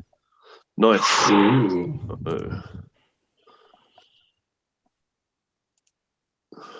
Oh, hi. 18 How do points you of want to do damage. Hey! Oh, nice. So That's a lot of damage. Yeah. So I'm just gonna reach out of my mind and almost sort of like Dragon Ball Z type thing, and just like scanners, and his head just explodes. Oh, good reference. Nice. Excellent reference. Just goes to 9,000. Yeah, and then the head just pops off. Just showers everyone that's standing nearby in sort of guts and blood and Weirdly, stuff. that doesn't quite happen. what you do see is this creature that's sort of coalesced from radioactive energy and electricity does He goes boom. screech in horror as this psychic mind thrust bursts into his brain, and it causes him to lose total cohesion. And the creature actually shrinks in on itself and then pops out of existence. But you just notice that there's this small arc of electricity where the creature was that grounds out into the floor and then slivers purposefully towards the reactor. And again, where you shut off those fuses and isolated the reactor from the rest of the power network, and that had sort of slowed down this maelstrom. Again, the maelstrom kicks up with intensity as what you believe to be the Hesper's spirit has now returned to the reactor, and the reactor again is making this and it Now grows turn it in off. intensity and increases in frequency. Well done, Joe. Queeg, Well done, Joe. next. Me? Right. Well, we don't need to open the door now because it's gone back in anyway. Yeah. Step 3. Step 3 is to open the hatches to reveal the relays. Make me a technology check, please. 18. That is exactly what you needed. Yes. You complete the last step of the emergency shutdown procedure. The hatch that was magnetically locked at the base of the reactor, just where the Hesper was standing, pops open, and within you can see 2 cartridge-like devices that glow with energy. That's your go over, unless you want to move. Obadiah, you are next. They appear in the hatches. So Did you say? the hatch is open, and there's these 2 cylinders within that are glowing with energy. They have handles, so if anybody's played Miles Morales on PS5, it's like the containers that the new form energy is in. It's like a cylinder. There's a handle on, so you just basically pull it out of the machine. But somebody needs to do that. And it can't be me. Well, you've had your go. You've My used your action, action to complete the shutdown procedure. Okay. All you gotta do is grab one of those each. Just pull them out. So, Obadiah, you're up next. Okay, so from where I'm positioned, I assume like I'm right there, right? Conveniently, I'm positioned right where I need to be. Yeah. So, you see Obadiah like grab the Dosco, and it's locks back up, and she slaps it on the back, and reaches down. Can I grab both of them at once, or do only one? Okay, so Obadiah reaches down, grabs them both, and is it turning or pulling them out? It's a pull in motion. All right, so she's grabbing them, and she's just and pulling them both out. Reactors down. Okay, as you pull them, that sort of pent up energy discharges through these relays and arcs off into you. Can make me a fortitude saving throw, please. Okay. Fortitude. Come on. I bet that's your best one, isn't it, Josh? No, it's not. It's reflex is my best. Oh, okay. That's only a 12. Okay, that unfortunately is not enough. And as you pull these relays, the residual energy that's left in these, effectively the capacitors, arcs off into you, and you take 9 points of damage. But Holy shit! You have shut down the reactor. The arcs, the electricity that was cooling off, the green gas that was continuously coming out of the cracks and the fissures all stops. The reactor becomes not lifeless, but dormant. Exactly as Tibbs described. You've put it in a state where now the Hesper, if its spirit is in this reactor, is isolated. It can't feed itself with any more energy because the reactor is not running. It is, inert. Defeated. It's inert. Yeah. Thank you. That's a good word. Well done. You managed to get through that encounter. That was good. Good work, guys. Good work. That Yeah. is where we're going to finish for the evening. You have leveled to second level, which we'll do offline. So what we may do is maybe do a little video of running through leveling up, just as a little extra. Mm-hmm. Sorry, Dave, you was going to say something. No, I'm just showing off my clipboard. Okay. Are we doing the clipboard of character? So we do a little video if we have time before the next session of leveling up, using the heroes book from the beginner's box set, which is nice and easy to use. It's got lots of notes in there, a step-by-step guide to leveling up your character. That was a good session. Hope you enjoyed it. Yeah, that was good actually. Yeah, it's good. Enjoyed that. It was nice to kind of do some sci-fi, and obviously because we don't know the characters that well, it's like Jeff stepped into the reactor area, and I was like, "Well, he's dead," and I was like, "Oh yeah, androids." Because before, I think I would have been dead if it got hit, but yeah. Off air, we were talking about him swimming in space and stuff like that. Yeah. Like, oh yeah, you just got to remember the physical attributes. Yeah, and let's do this. If everybody liked this, come back for the second session. And why don't I'm going to do a giveaway. So why don't we hold that giveaway for you want to hold it for the second session, and then everybody come back for the second session, and we'll do a cool giveaway of something that actually by that time will not be out where you can buy it yet. Nice. So a little special thing. Exciting. Yeah, and it'll be a Paizo Pathfinder item, Pathfinder Battles. Nice. Cool. Yeah. I'm actually looking forward to when the Starfinder minis come out. Oh, I can't wait. I just want the Goblin in the space helmet. That's what I want. Yeah. I want that. Yeah. If I could, or maybe we'll do that as a painting session one day. But that's what I want. That Goblin in a space helmet.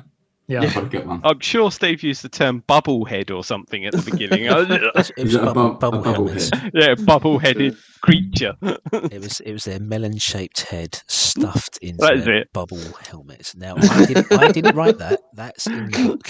Oh, cool. Okay. I don't know if Paizo are still listening, but if you know when those Starfinder minis are due for release, put it in chat. Let people know. Cool. But I'd like one on my birthday. Oh. Yeah, that was great. Cheers, Steve. Yeah, that was brilliant, Steve. Thank you. that was good. That was really good. I've never played anything Paizo before, so this was a lot of fun for me. Yeah, the only other time I played is when I had to step into Eliza's shoes for one session. No, it was Rups. Oh, was it Rups? It was Rups. Yeah, sorry, it was Rups, yeah. Yeah. I enjoyed that. I like my natural element of being in sci-fi RPGs. We normally play everyone if I'm DMing, so I enjoyed this a lot. It was good. It's a short adventure. It's not very long, but there's some good stuff in there. I really enjoy it. So yeah, that's it for this evening. Like I say, level 2. Well done, everyone. This is a sci-fi SF battles targeted for March. Methinks for official Paizo. Cool. Thank you. Awesome. No birthday gift there, Dave. Sorry. No. What was that? No birthday gift there if it's coming out in March. Well, yeah, Someone's birthday in March, though, isn't there? Yeah. There is someone else's birthday. No, in March. don't worry about that. Don't worry about that. No. Yeah, Don't late worry about birthday. that. No. It just means that Paizo will have the early models. You see, because it takes a long time to build these up. It's just in time for like the 2nd or 3rd season of our brush off. Yeah. You just said season, but yeah, seasons. Well, whatever. Let's talk about seasons. Oh gosh. All right for that. Right, Oh, anyway, thank we're you, gonna, guys. we're gonna wrap it up there. Thank you, players. Thank you for everybody that's Yes. Thank you, GM. during the stream. Yeah. Thank you for everybody who followed and subbed during the during the session this evening. If I didn't call out your name, I apologise. I was jumping between OBS and the map, so I didn't always see the alerts pop up. But yeah, everything is much appreciated. Thank you to our sponsors, Spiegel and Grimm. You know, the continued support is awesome, much appreciated. Thank you, Dungeon Fog. Again, the maps tonight, I love using that tool. I use it in Pathfinder as well. I think it's perfect. So hopefully you enjoyed the maps. Yeah, tune in on Monday for our painting session. Yeah, we'll finish there. So, anything else, Dave, before we finish? No, I was just messaging Paizo in live chat. They send a preview blog start probably in about a week. But as you can see, live chat. There's the blogs are not happening next Monday. Yeah, I'm assuming that's you, Aaron. So thank you very much for joining us. You mentioned we're back on the 29th, yes, Steve? We are. Sorry, yeah, we're back on the 29th. Yeah. It will be the second and final session for this particular adventure and these particular characters. But we are bringing it back after Tomb of Annihilation finishes. We'll be doing a Pucker adventure path. We're going to do the Paizo. or die. Pucker Paizo, Steve. Pucker Paizo. Hashtag PP. We got hashtag Paizo Land. Hashtag Pucker Paizo. Hashtag Badger Bump. Here we go. And clip it, Cork. Got them all. And it's the Cork report for the podcast. Yeah. The Cork report. Yeah. The Cork report. He has to write it as Cork. He has to talk as Cork. All Cork. Hey, it's Cork. Right. Have a good weekend, everybody. Good night. Thank you for joining us. And yes, see you thank you. Take care, guys. Goodbye, friends. Have a good weekend. Bye, you guys. Oh, Bye, you dirty rat eye.